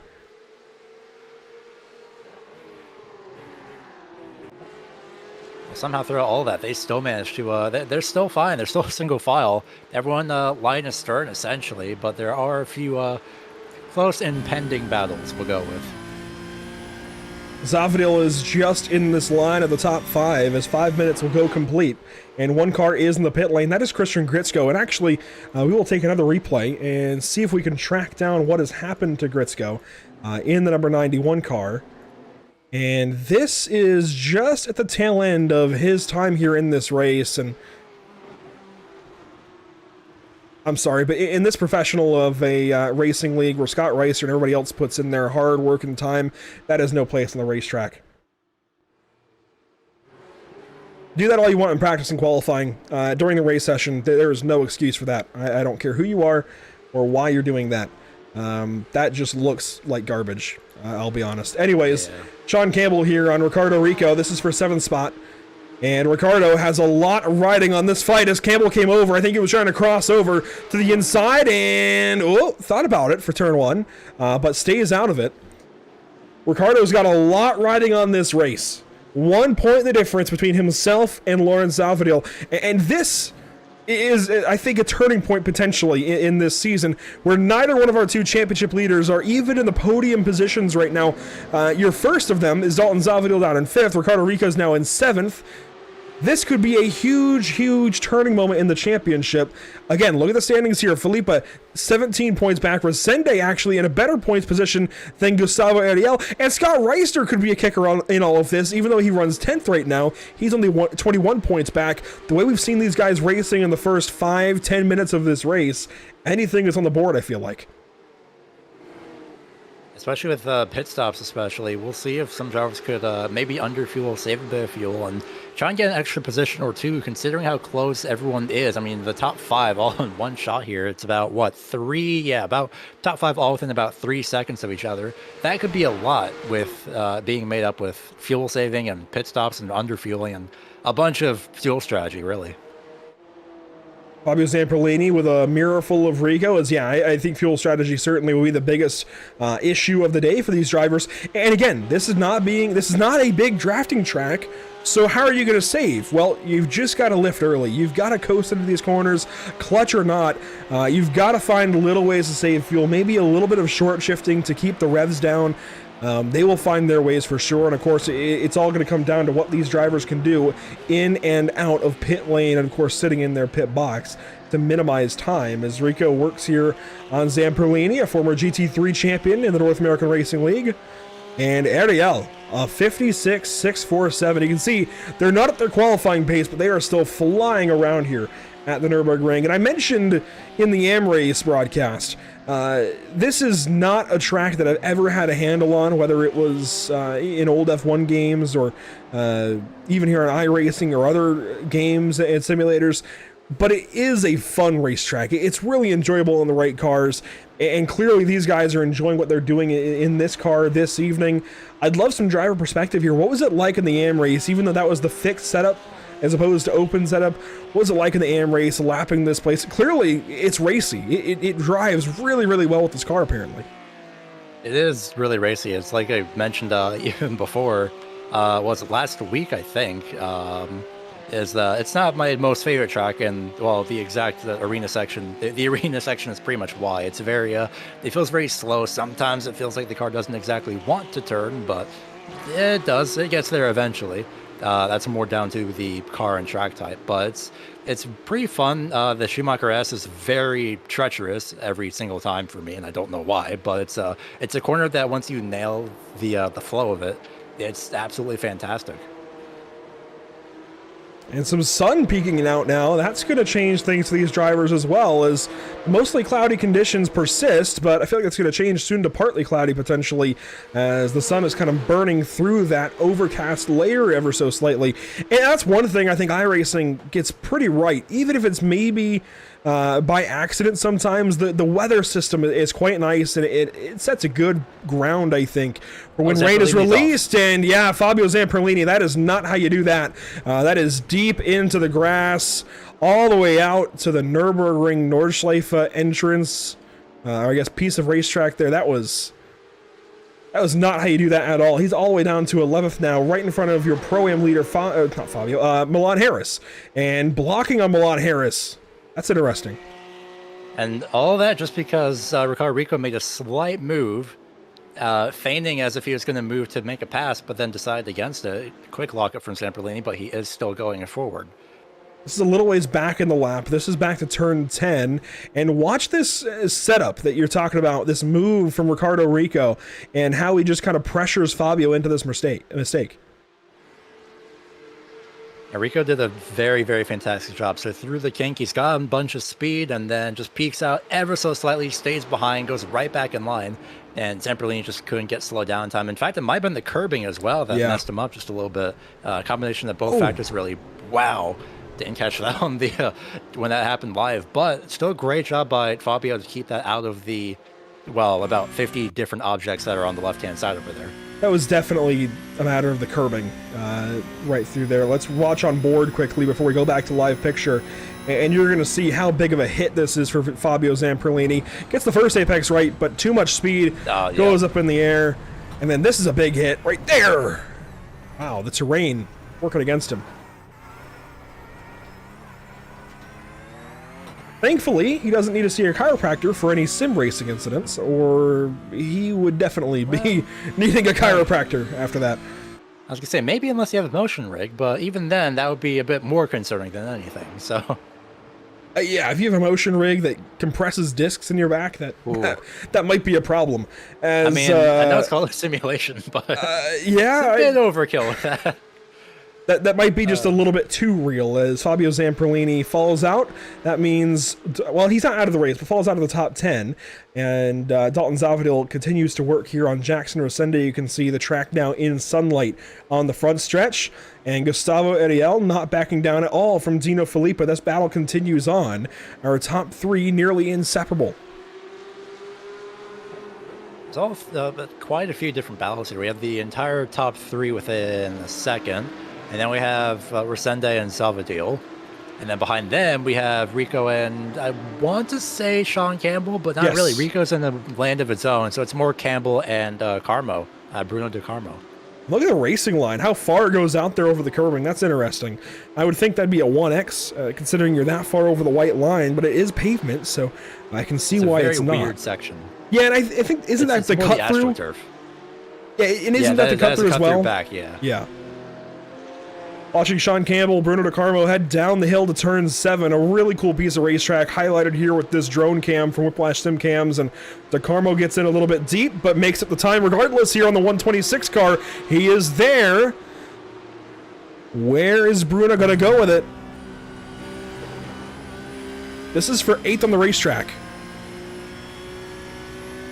Up the inside, maybe of turn 10. Thinking about it. He's there and he's going to go for it. That might be too deep. He washes out on exit. Sean backs up.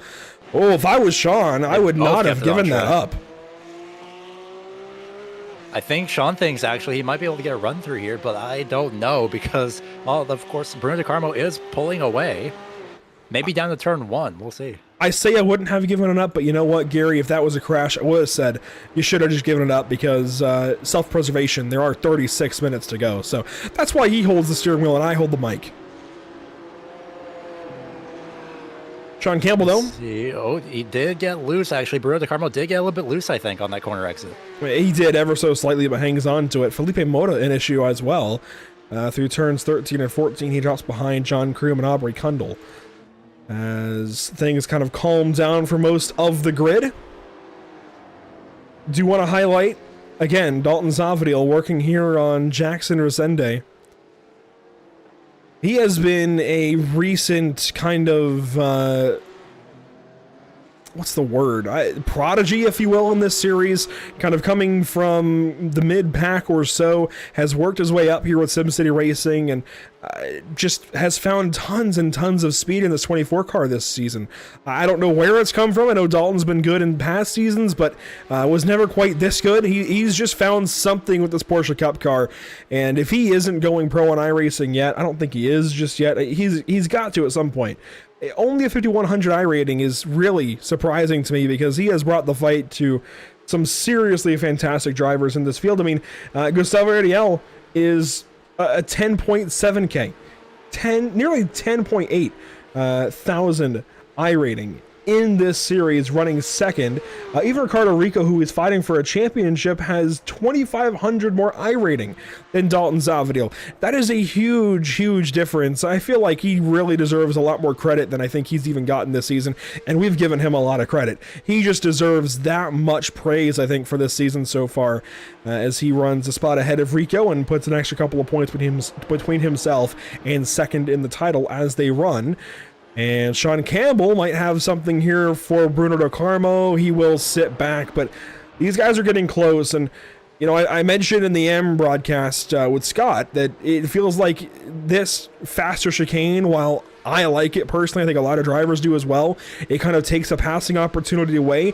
But, Gary, it changes how you approach that entire back section of the course. Really? I think it well, I wouldn't say... Oh, Felipe's... Wow! Dino Filippa for the race lead. This gives it over to Marco Saavedra. Dino's down to 6th as he finally recovers.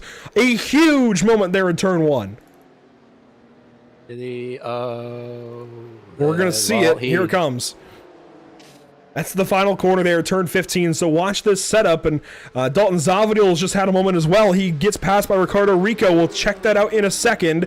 But check this out first. Headed down the front stretch. Dino leading. Marco Saavedra way down to the inside. Gustavo then reacted, went to the inside, and hits Dino. And, wow, I think Marco's faking Gustavo forced a mistake from Gustavo. There's no way that pass should have been made right there. Gustavo's off in the hairpin? He's running at 15 miles an hour. Now he did get a slowdown. Oh my gosh, a lot happening. Here's a look at it again. Gustavo in deep. Well, that wasn't a great look, but you saw what happened anyways. Oh, wait. I think I know what happened, actually. Gustavo went back up to full speed once Filippa got by him. I see. Okay. I think it's Gustavo's way of just giving back the position. Yeah. And this is the moment I don't blame him. This is the moment with Dalton Zavadil right in the back end of the arena, gives up that time to Rico. Then Dino goes by. A little bit of contact there. And then you mentioned the issue for Gustavo Ariel. It's a little further up. So let's go up to turn 7 where it happens. And check this out. Wasn't really an issue. I think at this point he thinks, all right, well, Filippa's still running. Might as well just stay to the outside and just let him through. You'll see him go by on the left hand or the right hand side. There's Rico. And here comes Dino. And just by nature of how they're set up, he also had to let Dalton Zavadil go by, but he does slide in front of his teammate Bruno Di Carmo. So that is how things have now taken over. A lot just happened. Oh, it just went right on. Oh my goodness, he did it again. And now they're 4 wide, 3 wide into the arena. Dalton Zavadil on the inside, Dino Filippa in the middle, and Sean Campbell's in this mix along with Bruno Di Carmo. A big block here. Zavadil covering up the move from Dino Filippa. This is so far from over. It won't stop, apparently, for some reason. Wow. Right as we came back live. Filippa's going to have to be very, very careful, too. I think that especially going through the grass there, he's going to have to keep the incident points in mind as, oh, wow, what a save by, was it Campbell? Yeah, Campbell, I think, is going to be getting tired of that Texaco Racing by TK car. Bruno Di Carmo in this case. He has been run out a couple of times. And usually it's a 3-strike system with racing drivers. I'm not sure how many strikes Sean gives in this kind of situation, but that is the second time that I have seen personally. And hey, that's hard racing by our count, but Sean might not take to it very kindly. Well, good news. Gustavo Ariel is still running. So yeah, 9th place. We're still basically up to, or not even up, we still have only one driver out of the race. Still have 24 running. I'm looking back to see. I think it was just the timing of everything, because Zavadil was trying to make a pass on Filippa into turn 1, and then that's when Ariel is already making a pass on at least Zavadil, and then I think just in reaction to seeing them barely go 2 wide right at the last second, so 3 wide as a whole, Ariel just panicked and then locked up. Well, here we go for second place down the front stretch. Jackson Rosende and now Ricardo Rico fighting. Then we'll check in on the fight right behind him. We have 3 tandems headed up to turn 1 that are going to get interesting as Saavedra leads by 5 seconds over Resende.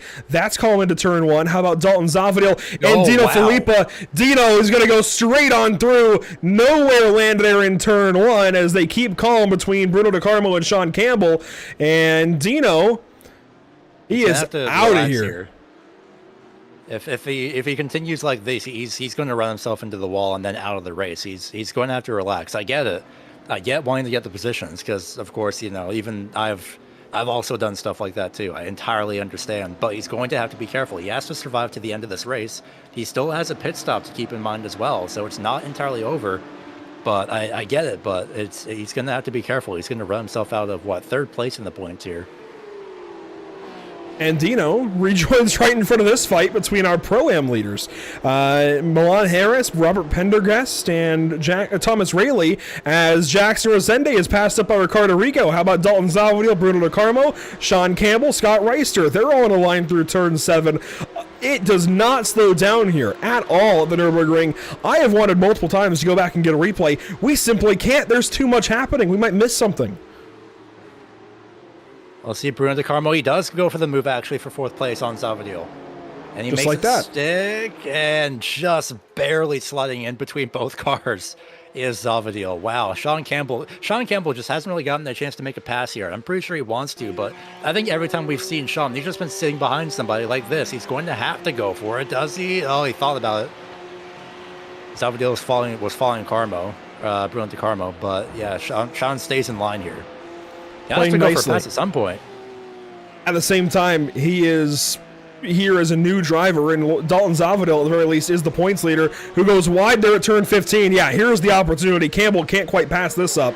At least it's a try to the inside of the points leader, and that is only going to further spread the disparity between Ricardo Rico and Dalton Zavadil's points earnings in this race. Dalton loses 5th place to Sean Campbell, something he cannot have happen right now. Only has a 1-point buffer coming into today, and everybody, much like Kleber Tavares said in his interview earlier, everybody likes Sebring. Or so they say. We'll see how that goes. Scott Reister as well is lurking in case anything does happen. Same with Gustavo Ariel, who's finally gotten himself back up to the 7th place battle, really, essentially. In fact, it's more of a 5-car line, so it's technically a battle for 4th place as we cut back to Ricardo Rico, who's 6 seconds behind, and Marco Saavedra is just in a world of his own. I don't recall him really being in the podium positions in the past few races, but I could be wrong about that. But Saavedra is doing a very fantastic job this week. Bruno De Carmo, Sean Campbell on that line you were talking about. And while things calm down for a moment, let's see if we can get back to some of these big moments that have happened here recently. And that is where Dino goes off. So we want to go back a little bit further, 1 lap prior or so, to that big moment in turn 1, and here it is. So this is where they were 3 or 4 wide afterwards. Gustavo goes way up the inside of Dalton here, and even Dalton's move on Dino was late. And I think that's why Dino sent it the next lap. I don't think he appreciated that. I think these guys are all just taking the slightest of opportunities in turn 1, sending it, and then realizing halfway through, oh, that's a bit deep. That's one of those things where midway through the movie, you're like, oh, this isn't going to go well, and I hope they don't dislike me for this. And then they do. And honestly, I don't blame them. Because it's one of those things where it's like, well, you could have made it past a bit, earlier, just held off. It's like, I know, I realized like midway through. It's one of those things where it's just one of those moments where it's like, oh, well, I wish I hadn't done that. So the next one we want to look at is Dino Filippa. It's a little hard to hot switch between them, but we're going to try and catch up to it now. Dino Filippa down the front stretch. Let's watch this on Dalton Zavadil. This is a huge moment, honestly, because Dino is in a great spot. The best position of anybody not named Dalton or Ricardo to win this championship goes to Dino coming into today, and he might have jeopardized it here with this single move. He's now down in 11th, just goes to the inside. Just goes right on through. He had the entire the right front locked up pretty much the second he started braking, really. I'm surprised he just barely kept it out of the wall there. Good news, no one's crashed or made a pass. Everything's fine. It's as we left it. And Sean Campbell is still just menacingly lurking behind Bruno Di Carmo, but he could get a 4th place here in a bit, depending on how this run through the Schumacher S goes. While the pros have calmed down for a brief moment, let's touch back on our pro-ams. We really haven't had a chance to talk about them, but Milan Harris, Robert Pendergast, Thomas Raley, John Kroom, Aubrey Kundle, Felipe Mota, Chris Sanchez, Enrique Paletti, they are all in a line. It is literally all pros up top, all pro-ams down below. And this switch between classes right here in the middle of the field, there's 7, I think, in one camera shot at times. This is going to be a really interesting pro-am fight once we hit the pit lane in about 5-10 more minutes. And these guys all get spread out and jumbled around. Everything is going to change. And hey, it's also that time, Gary, to talk about Driver of the Day nominations, 2 from each class. Would you like to go first? I think you went first last time, so I think, I think that would work out, actually, yeah. Which class are we starting with, Pro or Pro-Am? That's the real question at this point. Oh, that's up to you. You get 1 per class. Any order, go for it. Yeah, let's stick with Pro-Am here, because this is looking kind of right when I say that. Sean Campbell is he's I think he knows. We'll stick with Pro-Am here for a quick second. Oh man, it's been a quiet day for everybody for the time being, but I have to go with Milan Harris just with how. Of course, right when I say that, it's gonna go very awfully wrong. But we'll go with Milan Harris because he's been holding strong here with with a literal line of cars sitting directly behind him. Yeah, he's looking really good. And last week it was John Kroom that was in this kind of position where he, obviously had the bad round right after their promotion at Monza, right? They got promoted between, Roscogan and Monza. We're suddenly in the pro race in the weirdest wild card race we could have dreamed up. And neither Milan, nor John, nor even Chris Sanchez were able to capitalize on that round. They all finished down the order. Now, as they're into their own kind of rhythm, last week John Kroom dominated the Pro-Am class. Today it's Milan Harris. So they are really coming into their own. That is a fantastic pick for Pro-Am. And my pick for Pro, I'm kind of torn between I'm kind of torn between Resende because he's still sitting in 3rd place. He's been doing very good, but I also can't really ignore the performance that Marco Saavedra had, and that's who my pick is going to be for Pro, because whatever they have under that car, aside from of course an insanely good setup, it is absolutely fantastic. It has Saavedra's, once he's basically set sail, ever since he got the clean air, he's been doing great. So we'll go. At least I personally will go with Saavedra here, so we ride on board Sean Campbell. Yeah, Sean Campbell's very close here to sending it on Bruno Di Carmo. Remember, they've had a couple of run-ins as Dino Filippa goes by Fabio Zamperlini in the final corner. Aha! That would be why they have changed positions, as now Pendergast and Raley will race for position in Pro-Am. This is interesting. A little confusing that they're racing, actually. But Raley goes on by his teammate from Epic Fails Motorsports, and now Pendergast deep into turn 1. Oh, that could have been terrible. Kroom checks up, Kundle checks up, way out wide. Oh my goodness, that is why teammates sometimes have to think twice about racing. That was close, as the Ohioan Raley will go on by the driver out of the Mid-South, and thankfully they avoid major incident, but that could have gone poorly. So anyhow, back up to driver of the day conversations. You had Milan Harris from Pro-Am. I gotta recap here. I'm sans Emerson Arden, who usually puts up our polls. Your second was it Jackson? Saavedra. Marco Saavedra, okay. Which means I can't take the leader, which is unfortunate because that's always a give me, but I don't think I would have today anyways. Marcos has been great. I'm glad he has really come into his own in the North American Racing League. When he first came on the scene, I was quick to notice, and it's very cool kind of seeing that all come full circle. But first off, in Pro-Am, I'm going to search a little bit. And actually, no, I'm not going to search that much. It's going to be Robert Pendergast, just because he has been in the shadow of Thomas Raley this season all the way through and through. And Robert has been right there just as he can. He's now racing with his teammate as John Kroom slides and locks it up at a turn 10. We'll let them keep racing. And Dino Filippa gets by Luan Hot, by the way, in Pro.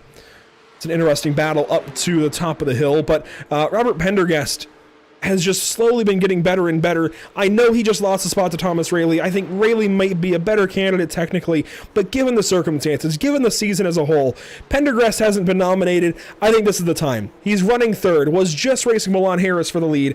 I think it's just the time for Robert Pendergast, as it sounds like a Scooby-Doo villain is out there in pit lane. That was the most odd sound I've ever heard for pit lane, but hey, what goes the Nürburgring stays the Nürburgring, or something like that anyways. Luan Hot into the pit lane with John Kroom. Up in Pro, however, now that we've had that great conversation about Pro-Am, similarly, I'm going against the grain. I'm not going to pick a driver you might expect. It's going to be the number 126 of Sean Campbell. I don't Fair know. point. I can see that. I don't know where he's come from. I don't know anything about Sean Campbell, but he's here on the top 5, challenging Bruno De Carmo. And if we go back to the iRating numbers, well, Sean's an 8100, so I guess it makes sense. But I just don't know anything about Sean. I don't know where he's come from. It's his first race or second race in the season. It's just good to see more drivers up in the front, a driver we don't expect. And I think as far as highlighting just a driver of the day that is catching our attention, I think it's Sean Campbell. Oh, he just barely caught that curve too. That could have been, that could have been very, very awful timing. And my brain had short circuited there for about 2 seconds. Hence that weird noise of whatever that was. But wow, that was close. And nothing can be weirder than the pit entry sound. Hopefully we can hear it again in a second. If you ride on board somebody, yeah, I think it's a very unique siren. It's a bit odd at first, but I like it. The Doppler effect may be a bit weird with it. It sounds like the skeleton spaceman guy from Scooby-Doo. I just... It's the weirdest thing I've ever heard at a racetrack, real or virtual. Hopefully one of these guys pits and we can show it off here in a second, because that is the most confusing sound I think I've ever heard, is Rayleigh and Pendergast fight up into turns 13 and 14. Again, I'm still calling that a chicane. It's just a fantastic set of corners that are naturally built, as Mota leads Kundal and Sanchez into turn 15. No takers that lap, at least not in the top 16 or 17 drivers. And hey, Sean Campbell through on Bruno De Carmo. It might get by Resende too. Resende's started to fall back on pace while I don't know if I should be saying that technically. Resende's been more of a lane of his own, and literally just the last time by, Sean Campbell is only a 10th faster than Resende, but Resende might be fuel saving or something. I'm not entirely sure, but maybe just Campbell has just more pace. Oh, O'Leary's into the pit lane. Oh, we missed the sound. Anyways, Ricardo Rico has suddenly picked up 2.5 seconds on Saavedra. Call that 3 seconds now, maybe on the 99 car, thereabouts. And this could be an interesting little fight shortly before the pit stops. Ricardo Rico, if he keeps closing in at this rate, will be there quickly. And I don't know if Marcos is just saving before the pits. That's a very likely story here. But at the same time, we saw a similar decline right about, well, actually, I guess about 10 minutes prior, if you will, compared to the AM race. We saw a very similar decline for Cleber Tavares. Granted, he was having rig issues. We think maybe a slowdown in there as well. A bit of a different story, but still, these times are suddenly closing between the top two. Getting a lot closer, yeah. Saavedra's, well, actually, I should probably wait until they cross the start-finish line this time, since we're just, so about that close to it anyway, but this gives me time to stall a little bit. Saavedra, his last lap time just now comes in at 157.9 flat, and a 157.061 for Ricardo Rico.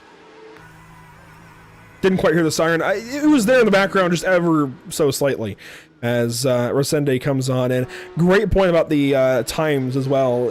It's interesting. 0.9 of a second difference that last lap between those two. And yeah, we have some takers. Thomas Rayleigh coming in. We should hear it. It's not as loud, but it's in the background there. He's going to bring Kundal and Sanchez with him. Rayleigh with an early box, it looks like. The other two, well, I think Rayleigh was just faking over to the right side. That's also going to bring in, like I mentioned, those couple of Pro-Ams right behind. This allows Resende actually. He is at a 9.3 second stop. That is nice and quick for the 96 car. We'll see what these others can do. There's Rayleigh, 9.4. Clearly, 9.03 for Kundal. Clearly, they have found time to save. These are some quick pit stop times. And that's going to get close. Oh. That's barely. I think Aubrey had pretty much done at that point. Once Rayleigh was about halfway alongside, it's like, yeah, that's going to be Rayleigh's for sure. Now, if we go back up to our leaders, I again have to come back around to the points conversation for Dalton Zavadil. And I want to come back to this because he's got points right ahead of him. He's got 3 cars that if he can find something within him to go up there and battle, I don't know how he's going to do it, but he needs to, because Ricardo Rico, who he's racing in the points championship, is 2nd, and Dalton is sitting back here in 6th. I don't think that just gets flipped in the pit lane, considering Rico is, 10 seconds ahead. He at least needs to get these spots. It's definitely going to be very crucial as Saavedra goes to pit road. And he'll be joined by Bruno De Carmo, it looks like. Marco Saavedra into the pit lane. Ooh, Carmo was sideways on entry. There's Bruno De Carmo. And Dino Filippa. I was real close on entry. Everyone is really pushing it for pit entry here. I think you have to. Milan Harris comes in, your Pro-Am race leader. Here's Saavedra waiting on the mark to release by the pit crew here. 8 seconds, and he releases there right in between 9.3 for Marcos. Here comes Bruno De Carmo in the pit lane as Dino Filippa goes right on by in the 1 car up to his box. No, he didn't. Bruno 9.15, nice quick stop there. Resende will pass Bruno De Carmo. 8.9 seconds for Filippa. And he will come out with nobody around him. Milan Harris still in the pit lane. He now exits as field comes up on him. Adam Hartzell also came in that lap. Harris has a healthy gap back to Thomas Rayleigh. And Rayleigh now approaches a much better pit stop cycle for Milan Harris. Harris had a longer pit stop time, which means more fuel, but equal pit lane times. In fact, Rayleigh's was just a tick slower. Meanwhile, Scott Reister is very close to Dalton Zavadil.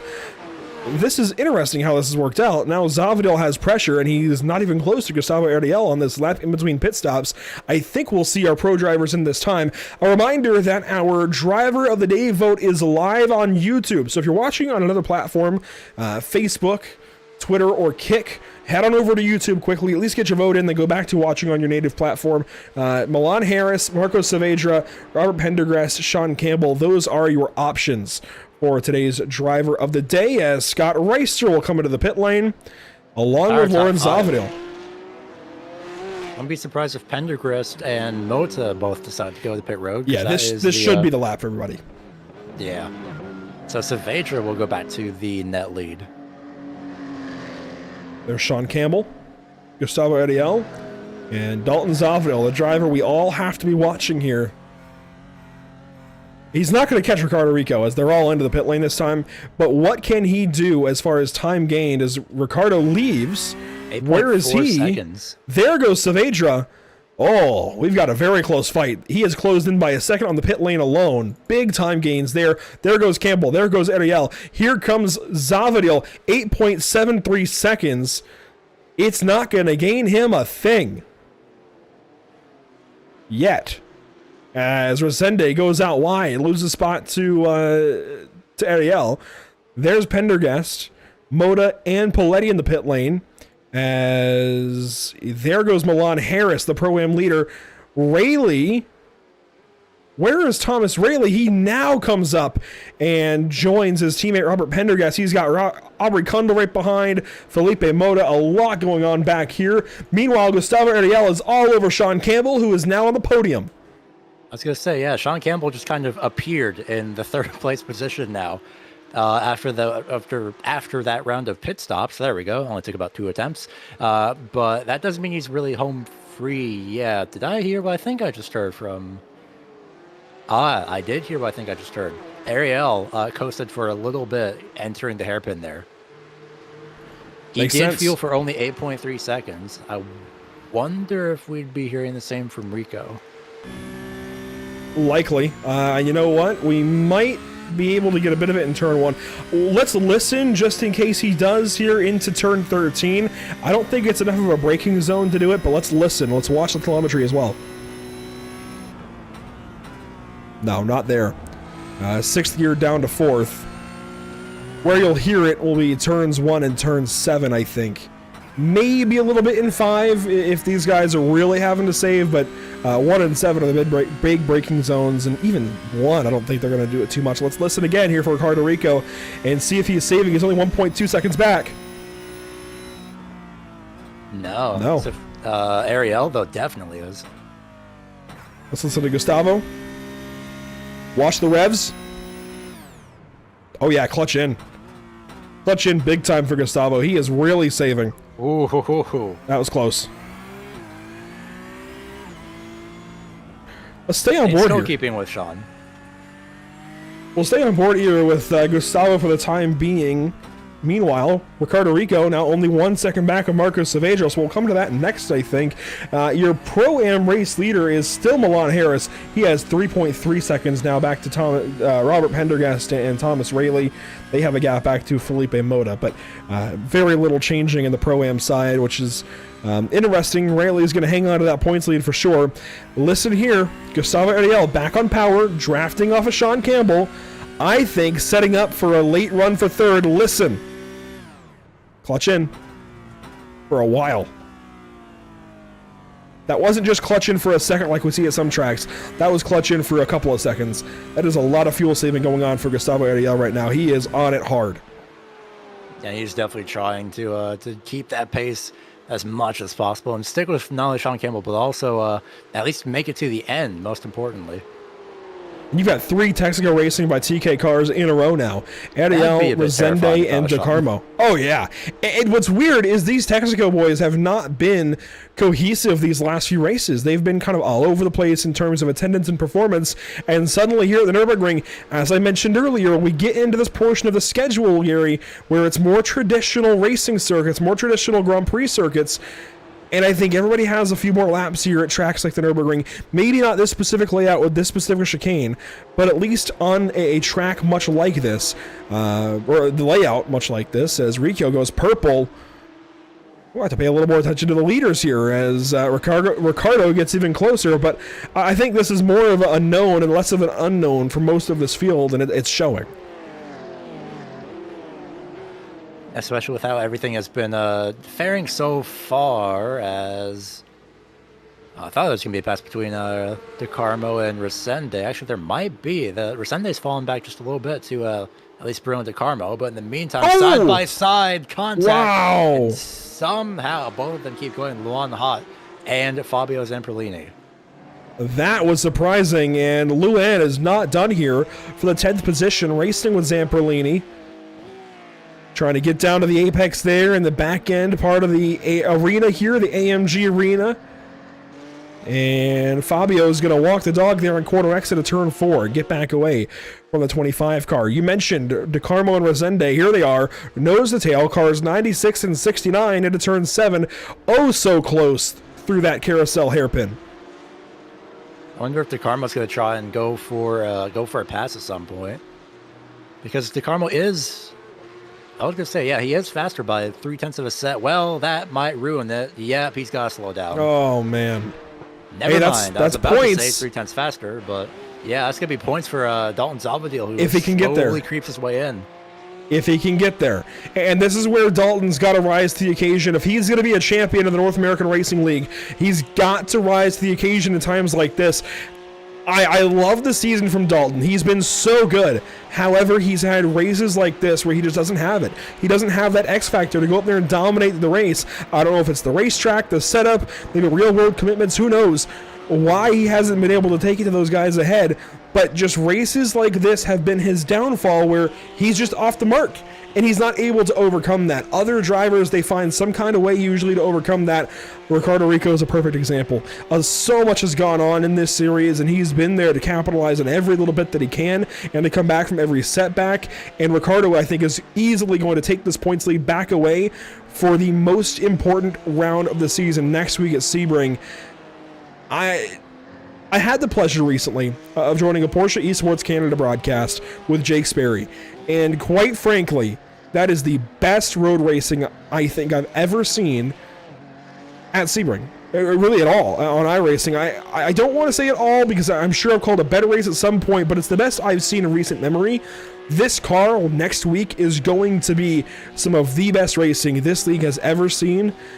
Everybody is going to have a shot at Sebring, and you cannot go into next week with a deficit.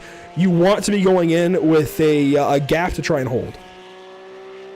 That's going to be something that'll be very important here, especially to keep in mind. So Salvador is not only going to have to be very careful with what positions or with what attempts of passes he makes, but well, actually, that's pretty much the only thing I'll have to be really careful about. Again, there was a 1 point difference, and Rico is in line for getting the lead. Salvador is in line for getting 6th place.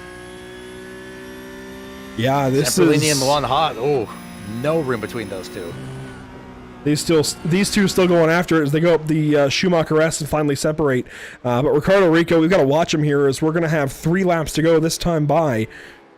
We very well may have a good fight for the win on our hands between Saavedra and Rico. And this, again, would only further separate our top 2 in the championship. If I fire up app.victorium.io and look at the race earnings... Each driver for a race win, if, there we go, it loads. A race win, I believe, is 50 points. 2 points, I believe, are bonuses. So, Zavadil, of course, got the win at Detroit. Race 1, he got 50 plus a couple of bonuses. The margin for second, I believe, is back to 48. I believe it's 50, then 48. That's an extra 2 points that we're looking at Ricardo Rico potentially picking up if he makes this pass on Marcos Saavedra. So this pass alone, on top of all of his points, would put him that much further ahead of Dalton Zavadil. I want to say the earning difference is about 10 between where they are currently on the racetrack. It's going to be a big, big swing. Yeah, especially going into the final week, it's something that no doubt that Zavadil is very much keeping in mind. But right now he has to focus on his own race, and of course that's going to be, 2 laps of it left just about the start-finish line. Just quickly checking in on the Pro-Am leader, Milan Harris. We'll come back to him when we get the chance, but the pros are getting racy again as Zavadil is all over DeCarmo through turn 7. No fight for the Pro-Am lead. We can focus up on the pros. 3 minutes to go. Marcos Saavedra, back end of the course. This is turn 11. And they will get there with just enough time to force 2 laps to go to keep this a 26-lap race. Yeah, a lot of times here are minute 56, 57 seconds, depending. So, of course, yeah, it will be for sure 2 laps to go this time. And a bit of time to, I wouldn't say relax, but more time to set up passes that, in some cases. Here we go. Ooh, 2 laps to go. They're pushing it. Sean Campbell, by the way, still has a mirror full of Gustavo Ariel. That has not calmed down yet, even though they're separated by about 9/10. And then you have this line of cars. Resende, DeCarmo, and Zavadil. And this is huge. Again, Dalton needs to get there. He's got to show some X factor. He's got to show some pure driving skill. And I know it's a lot to overcome. And I hate that it's coming to this because he's had such a great season, but he's going to be judged, I think, heavily on this performance just because he's not able to get there. He's not able to move these guys out of his way. I don't mean physically by bumpers. I mean just by passing them. He's going to lose so much in this race alone if he can't get by these guys. We'll have 2 more laps to do it, and considering the pace fall off from both Resende and Bruno DeCarmo, if those 2 start battling, this could help him out a lot. But he'll have to force his way in, force his nose in there, essentially. Not quite literally, but he'll have to make something happen himself. Meanwhile, checking back into their top 2, here it is, through turn 7. Saavedra in way deep, and Ricardo Rico's within 2.5 tenths. Within a quarter of a second there at apex, and now opens back up to 3 tenths, headed up through the Schumacher S. These guys are very, very close for the race win. Schumacher S is going to be the key portion of the track, especially for every driver here on the last lap, because it's way too easy to, it's very easy to get a slowdown penalty as we go back to essentially 5th place for Sende, DeCarmo, and Zavadil, who I think, yes, he does stay within the track limits. Closer between teammates, though. This is also the part where Zavadil just has to at least just take a breath, center himself and not overdrive the car. You have to race the track, not the Oh, Ricardo Rico! Straight through at turn 14, cuts the course, and that is everything for the race win. He's going to have to give tons of time back, loses it all on Marco Saavedra. Now Resendi and Del Carmo nose to tail. Will one of them make a mistake? over the curbs. They make it through. That's everything. Well, not everything, but that's a big part of what Dalton needs. White flag is out. Presented by Whiplash Simcams. Final lap here at the Nürburgring. One more time around. And Ricardo's not done. He's still within a second of Saavedra, but I don't think he gets there now. He's going to have to tiptoe. Might have other incidents he's got to think about as Dalton Zavada looks to the inside here of Del Carmo, who gives room, gets side by side and checks up a little bit. Scott Reister looking at this, wondering if he can lick his chops and get on in there. It's not going to happen just yet. White flag officially out. This is just intense, absolutely. Going through the first section, the very, very slow section. Man, that's gonna be this is just gonna have to be the best lap that Zavadil's ever done, really. It is. Same for Rico. He's got to come back from 6, 7/10. And here in turn 7, he gains again on Marco Saavedra, who just can't turn in that corner alone. And that might be the opportunity. That might have been the 10th and a half that Rico needed to get back to him. It's still going to be a huge challenge. 4/10, that's not easy to pick up in one lap, let alone 1/2 a lap. Back over to Dalton Zavadil in turn 7. He's only got a couple of tenths up to the cars ahead, but they are teammates. They're racing in lockstep formation through the Schumacher rest. He's got to do something. Where is it going to come from? Nothing yet. Just going to have one more chance here. Ricardo Rico off to turns 13 and 14 for the final time, trying to beat Marco Saavedra. Can he find something here for the race win in round 7, the penultimate race of the North American Racing League? That's a corner cut if I've ever seen one, but is it actually? He's racing like it's not. He's setting up for the run, and Ricardo Rico slips up. Marco Saavedra, checkered flag in Germany. Behind him, still racing for very important positions in this championship, Gustavo, oh my goodness, side by side between teammates. Can Dalton Zavadil go through and at least get one spot? He's trying. Drag race, no. Oh, he ran out of fuel right at the last second. Oh my goodness. Zavadil ran out of fuel right at the last second. I was wondering why Del Carmo was pulling away. Still a battle for Luan Haut and Fabio Zamperlini. And Luan Haut ran out of fuel, I think, as well. Doesn't change the position, but Milan Harris will come around and take the Pro-Am victory, his first in his career, ahead of Robert Pendergast and Thomas Rayleigh. Aubrey Kundal, Felipe Mota very close. They come across the line, nose to tail. Chris Sanchez and Enrique Paletti here in 18th and 19th. What a race, and Marcos has parked it over here, is taking it in, now toes back to the pit lane. What a race. I was wondering why Del Carmo was pulling away. I was shocked for a second, and then I heard the revs, and oh man. So Zavadil wasn't the only one. Luan Haut and Fabio Zamperlini have just been sent way to the rear, incident penalties. 20th and 21st now. It doesn't change much. Neither one of them really in the points, but yeah, that's big for their races. Yeah.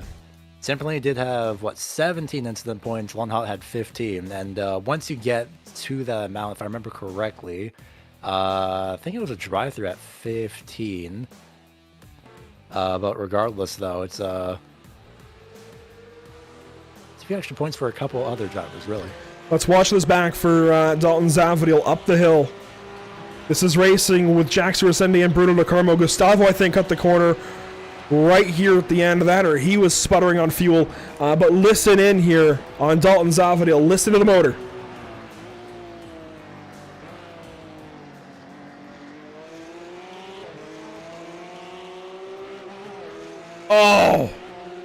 Oh no, you can even see it. Just those couple of small sputters. Oh my goodness. Let's go back and watch that one more time out of the corner. From inside the cockpit, listen and watch the revs. Right there. Oh my goodness. And one of those, the first one, I think, Gary, was right at the gear shift too. Yep. It was, and that is, that's painful. So unfortunate for Dalton Zavadil. At least Rico didn't take another spot on him. That, I think, is going to smooth it over ever so slightly. Not very much, but ever so slightly. And at least it's not extra points that he's giving up for that position as well. By the way, we have got a tie currently in the Driver of the Day vote. We might have to let this go to extra time. I don't know, but as soon as... Well, I'll tell you what. We're going to read through the results. This is how we're going to do this. We're going to read through the results. At that time, we're going to try to officialize, make those results official, whatever, end the vote if there is a difference. If they are still tied, we're going to wait for a difference between these two. They are both in Pro-Am, Milan Harris and Robert Pendergast. Now Pendergast has taken a spot. So, guys, YouTube vote. You've got to get there now. This is going to be the difference of $20 between a couple of drivers in the Pro-Am class. Is it Harris or Pendergast as they go 1-2 in Pro-Am? Either way, let's take a look at our race results. Saavedra takes the win in Germany over Ricardo Rico by just that much. Sean Campbell third, Gustavo Ariel fourth, Jackson Resende, Bruno De Carmo just ahead of Dalton Zavadil, who was the championship leader coming into today and will not be after this race. Scott Reister goes 8th, Dino Filippa 9th, and Milan Harris wins in Pro-Am and goes 10th. And of course, the rest of the top 20, say for 19th and 20th, are pretty much all Pro-Am. The most separated that we've had, I think, I think the only kind of separation that we've had for the most part, at least physically on track. Robert Pendergast finished 11th, second in class. Third was Thomas Rayleigh. Great job by him. Aubrey Kundal finishes in 13th overall. 14th is Felipe Moda. John Kroom finishes in 15th. A great recovery from a little bit of a slide earlier on. Chris Sanchez, quiet day, finishes 16th. Enrique Paletti, 17th. And Matthew O'Leary finishes in 18th. And then Luan Hot and Fabio Semperlini sent to the end of the lead lap due to incident point penalties. So 19th and 20th for them. Their time penalty does keep them just ahead of Adam Hartzell, who goes 21st. Stacey Bertrand, an early disconnect, unfortunately. She gets set back to 22nd. Armando Bejaran, Scott Angelo, Christian Gritzko, John Sedlak, Dominic Turcotte, all with some kind of setback in some kind or another, aside from Gritzko, whose setback was of his own choosing, which, of course, we had that conversation earlier. We'll leave that there. But Marcos Saavedra flexes tons of muscle and wins here in Germany. But Marcos, it was hard fought there for the first 20 minutes or so. What happened in turn one midway through this race with your teammate and Gustavo Ariel, at least from your perspective?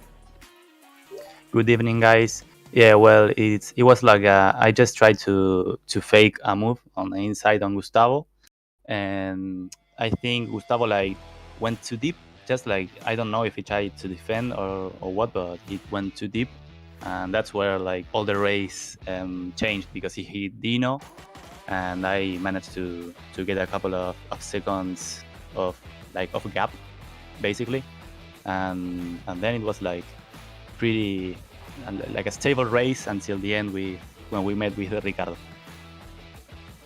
Well, Marcos, you pick up some extra points on Ricardo Rico.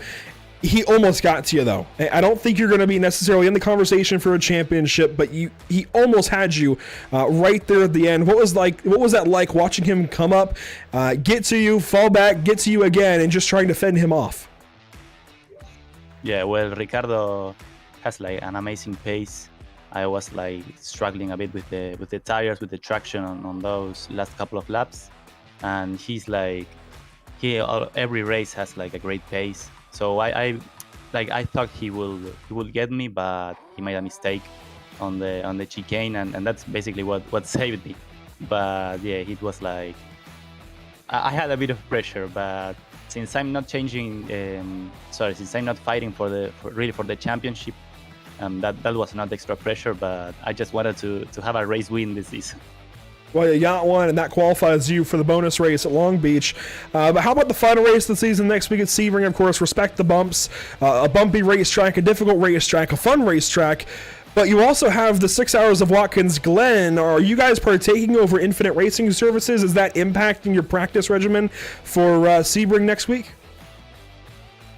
Yeah, no, I'm not taking part on the 6 hours of Watkins, so I have enough free time to practice Sebring, and it's one of one of my favorite tracks too. So I try to have a good fight on the last round. It's just got so much character. It's so much fun. We can't wait to talk to you hopefully next week as well. Marcos, congratulations. Really solid win. Hopefully we're talking to you next week at Sebring. Thanks a lot, guys. Yeah, hopefully we'll meet again next week. So see you. We'll see you there. Marco Saavedra with a win this evening at the Nürburgring. How about Ricardo Rico, Gary, who goes P2? Nearly had that win, though, a couple of times. Ricardo Rico with a absolutely fantastic drive still, even though he did come up second, you did a fantastic job once again for this weekend. It was you were definitely pushing it there by the end, but you managed to keep control of the car and finish second. I think that new livery brought you some luck. Hi guys, good night. Yes, again, almost just a bit more, but yeah. To be fair, I made a mistake on the start, and from that it was to try to keep a good pace and to save some points. But after the colliding on the front, I saw a possibility, and I tried to take it. And definitely almost worked as well in multiple cases. You still did, of course, a fantastic job, and you do also have the points lead, at least provisionally, going into next week's final race at Sebring. So, what are your thoughts before heading into the to Sebring, where it's a notoriously very bumpy track? I don't like Sebring too much. I like the Interlagos, I like this one, but the Sebring is not a strong track for me, so I will try just to stay safe and to keep the championship, and a bit like that. And hopefully that will be the case as well, especially as well as the bonus race at Long Beach as well. Of course, it's not an official part of the, at least in terms of being a points race, but I believe you actually are eligible for that as well. So your thoughts heading into the Long Beach race in the off season, if you do plan to do that? Yes, I'm planning because it will be good fun, but I think I don't know Long Beach, so it will be hard, and I have to train hard to this race. But I will try my best, of course. We'll say there's walls everywhere, so be very prepared for that. It's a very fun track, though, and congratulations at least on the second place finish. Thank you, guys. Can I say one more thing, please? Yeah.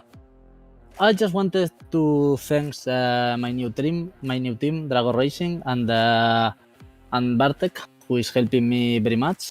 And I just wanted to thank the guys and the people who is always supporting us, and just like that. And to you guys for doing these streams. Thank you. Have a good night. Have a good one. That is Ricardo Rico, second place and the provisional points leader going into Sebring for the season finale. Absolutely the championship leader after this one. The drop might complicate it a little bit. It might change the gaps that we were expecting, and it might bring more drivers into the battle, but we'll talk about that next week at Sebring. What we've got to talk about now is our Pro-Am race winner, Milan Harris, who was promoted up into Pro-Am a couple of weeks back for Monza. Kind of faltered that first week in the class, Milan, but you come out this week completely swinging way above what was your class. You go for the win. You get the win today. How's that feel? Man, this feels absolutely unbelievable. I did not think just like John said last week, he wins that. It's, amazing drive. Neither one of us thought we would be up at the top this fast doing interviews with you again. That's why we put in the grind. The interviews are fun. The racing's fun with these guys. So it's definitely a part of it. Definitely did not think we'd be back up here doing this again already. But man, huge thanks to the Rockefeller Racing team, John especially, for grinding out laps and, just trying to learn this pace. Marcos, Ricardo, Gustavo, these are all guys we've looked up to this past season since I got into this, and man, their lap times are amazing, but we have some homework to do and a lot of grinding to figure out how to get up there. Well, of course, nobody wants to be promoted between classes, but in this case, it was promoted to a whole different race. How different is this pro race from the amateur race? Of course, going from that no pit stop sprint of 30 minutes to this one pit stop fuel strategy event of 50 minutes. How different are things? It's definitely different. The pace in this, they don't make as many mistakes in this group, which is kind of good. And that pace in the turns is kind of kept up, so it's a lot easier to honestly, be on somebody's bumper. In the AM group, everybody's breaking point is so different. You kind of learn how to deal with that. I think in this group, it's a lot easier, so you can concentrate on racecraft, pace, saving fuel. Before going into this, I want to move up these ranks and get faster and faster and faster. So doing pit stop strategies and learning that is something I've already kind of been doing just so I don't stress out when it comes to it. So I think I'm close to that. I kind of question my calculations sometimes and get a little nervous on that last lap when it tells me I have no fuel, but hey, it worked. So yeah, that was good. In Moradness, I got to thank the Moradness coaching group. Daniel and Stu. I have been grinding out with them, I guess, for probably a little over half a year now coaching. It has helped immensely. And it's kind of a catch-22. Me and John kind of worked together, did the coaching with them, and improved so fast that, we finally had that season like, hey, let's chase the championship. But, we improved so much, we got moved up already. So it's like, shoot. But I think this shows we can maybe do it again. So. Absolutely. If you were to reset and start this season in Pro-Am, I think you'd be in the same spot you are now, winning races. Congratulations, Milan Harris. A big-time race win here in Pro-Am. We'll talk to you next week, hopefully, in Sebring. Hey, thank you, Andrew. From the amateurs to the Pro-Ams, that guy just keeps winning races and keeps staying relevant at the top. How about Robert Pendergast, though, who is today's driver of the day? I did not expect to be saying that when we started the day, started the broadcast here. Today's driver of the day, Gary Carr, 123, second place in class. A big day for Robert. I was going to say, I don't really blame that. I'm not surprised, I should say, because Pendergast, well, he did have a relatively quiet day. He started 15th and then finished 11th. And looking at that on paper, it's kind of like, well, okay, but this is Robert Pendergast, quite literally. Hi. And he finished second in class as well. He did a very, very fantastic job this week. Thank you. I was expecting you to go right into the how your race was. And then again, I should have led into that. But of course, well, you started 15th. You qualified 15th. And what were your thoughts after the qualifying session? Because you have to get through qualifying, and then you have to look at the results and wait for everyone to finish their times. And not only that, but get through the start sequence essentially and survive turn one, which was pretty much a lot cleaner than we expected. I think only 2 spins, and everyone made it through just fine. Yeah, I was kind of worried starting on the outside for turn one. That's a rough place to be. I was expecting carnage and pleasantly surprised that I was able to make it around the outside. Of course, especially outside turn one, the more preferred option in some cases. And I was a bit glad, a bit relieved to also be starting on the left-hand side of the grid. And going into throughout this race especially, you made your way through the field kind of for the most part. You did pretty well, of course, finishing again in the 11th place position behind Milan Harris by about, 3.5 seconds. So going into Sebring after the performance that you and the team had put on for this week, what are your thoughts heading into Sebring for the finale? Yeah, just keep the momentum going. Thomas and I both worked a lot, and we're going to keep that momentum up, and the consistency is key. We each had a couple mistakes, but we're able to work as a team and not lose additional time throughout the race. Of course, that did work out incredibly well for this week here at the Nürburgring, and hopefully we get to talk to you again for next week. All right.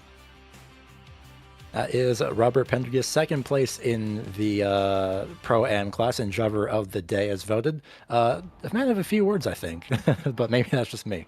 I think this is the first time we've spoken with him as well. I think maybe just that kind of rookie, like deer in the headlights of never had an interview before. We might have talked to him once before.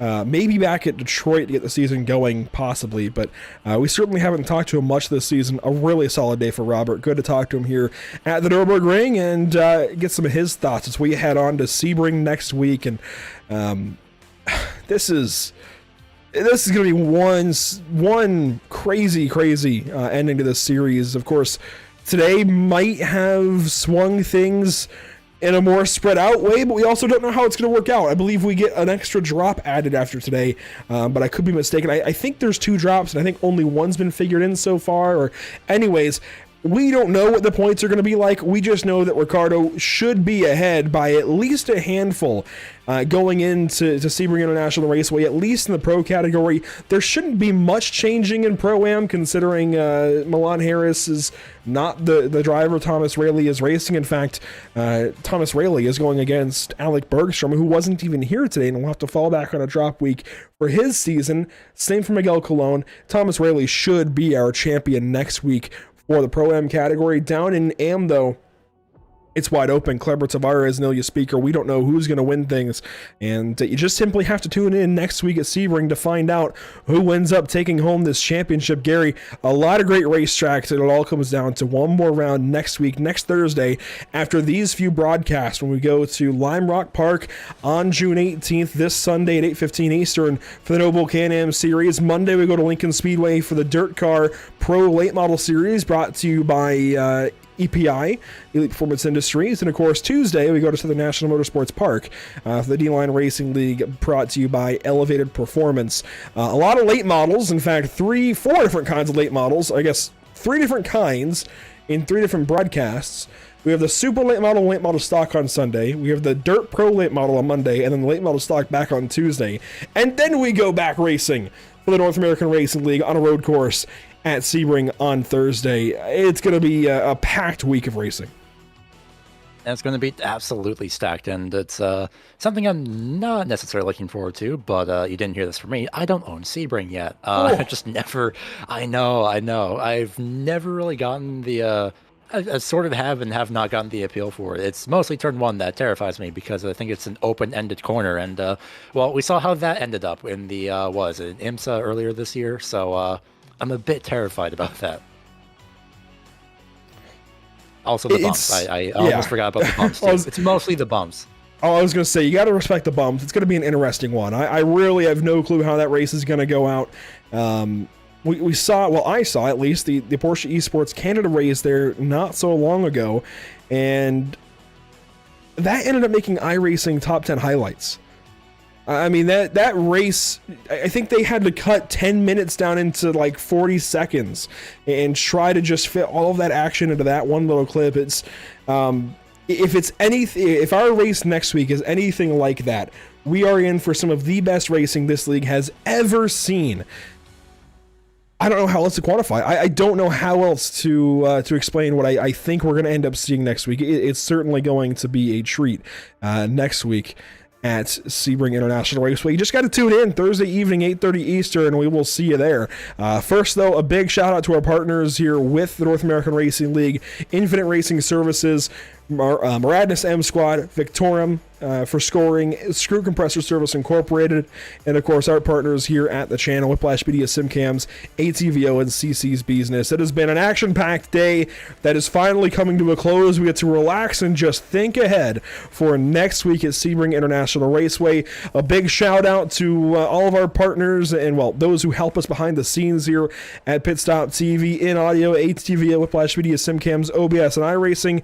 And Gary, thank you so much for joining us here for the Pro Race. A big thank you to Scott Reister joining me in the AM race earlier today. That is it from Nürburgring. We will see you next time at Sebring.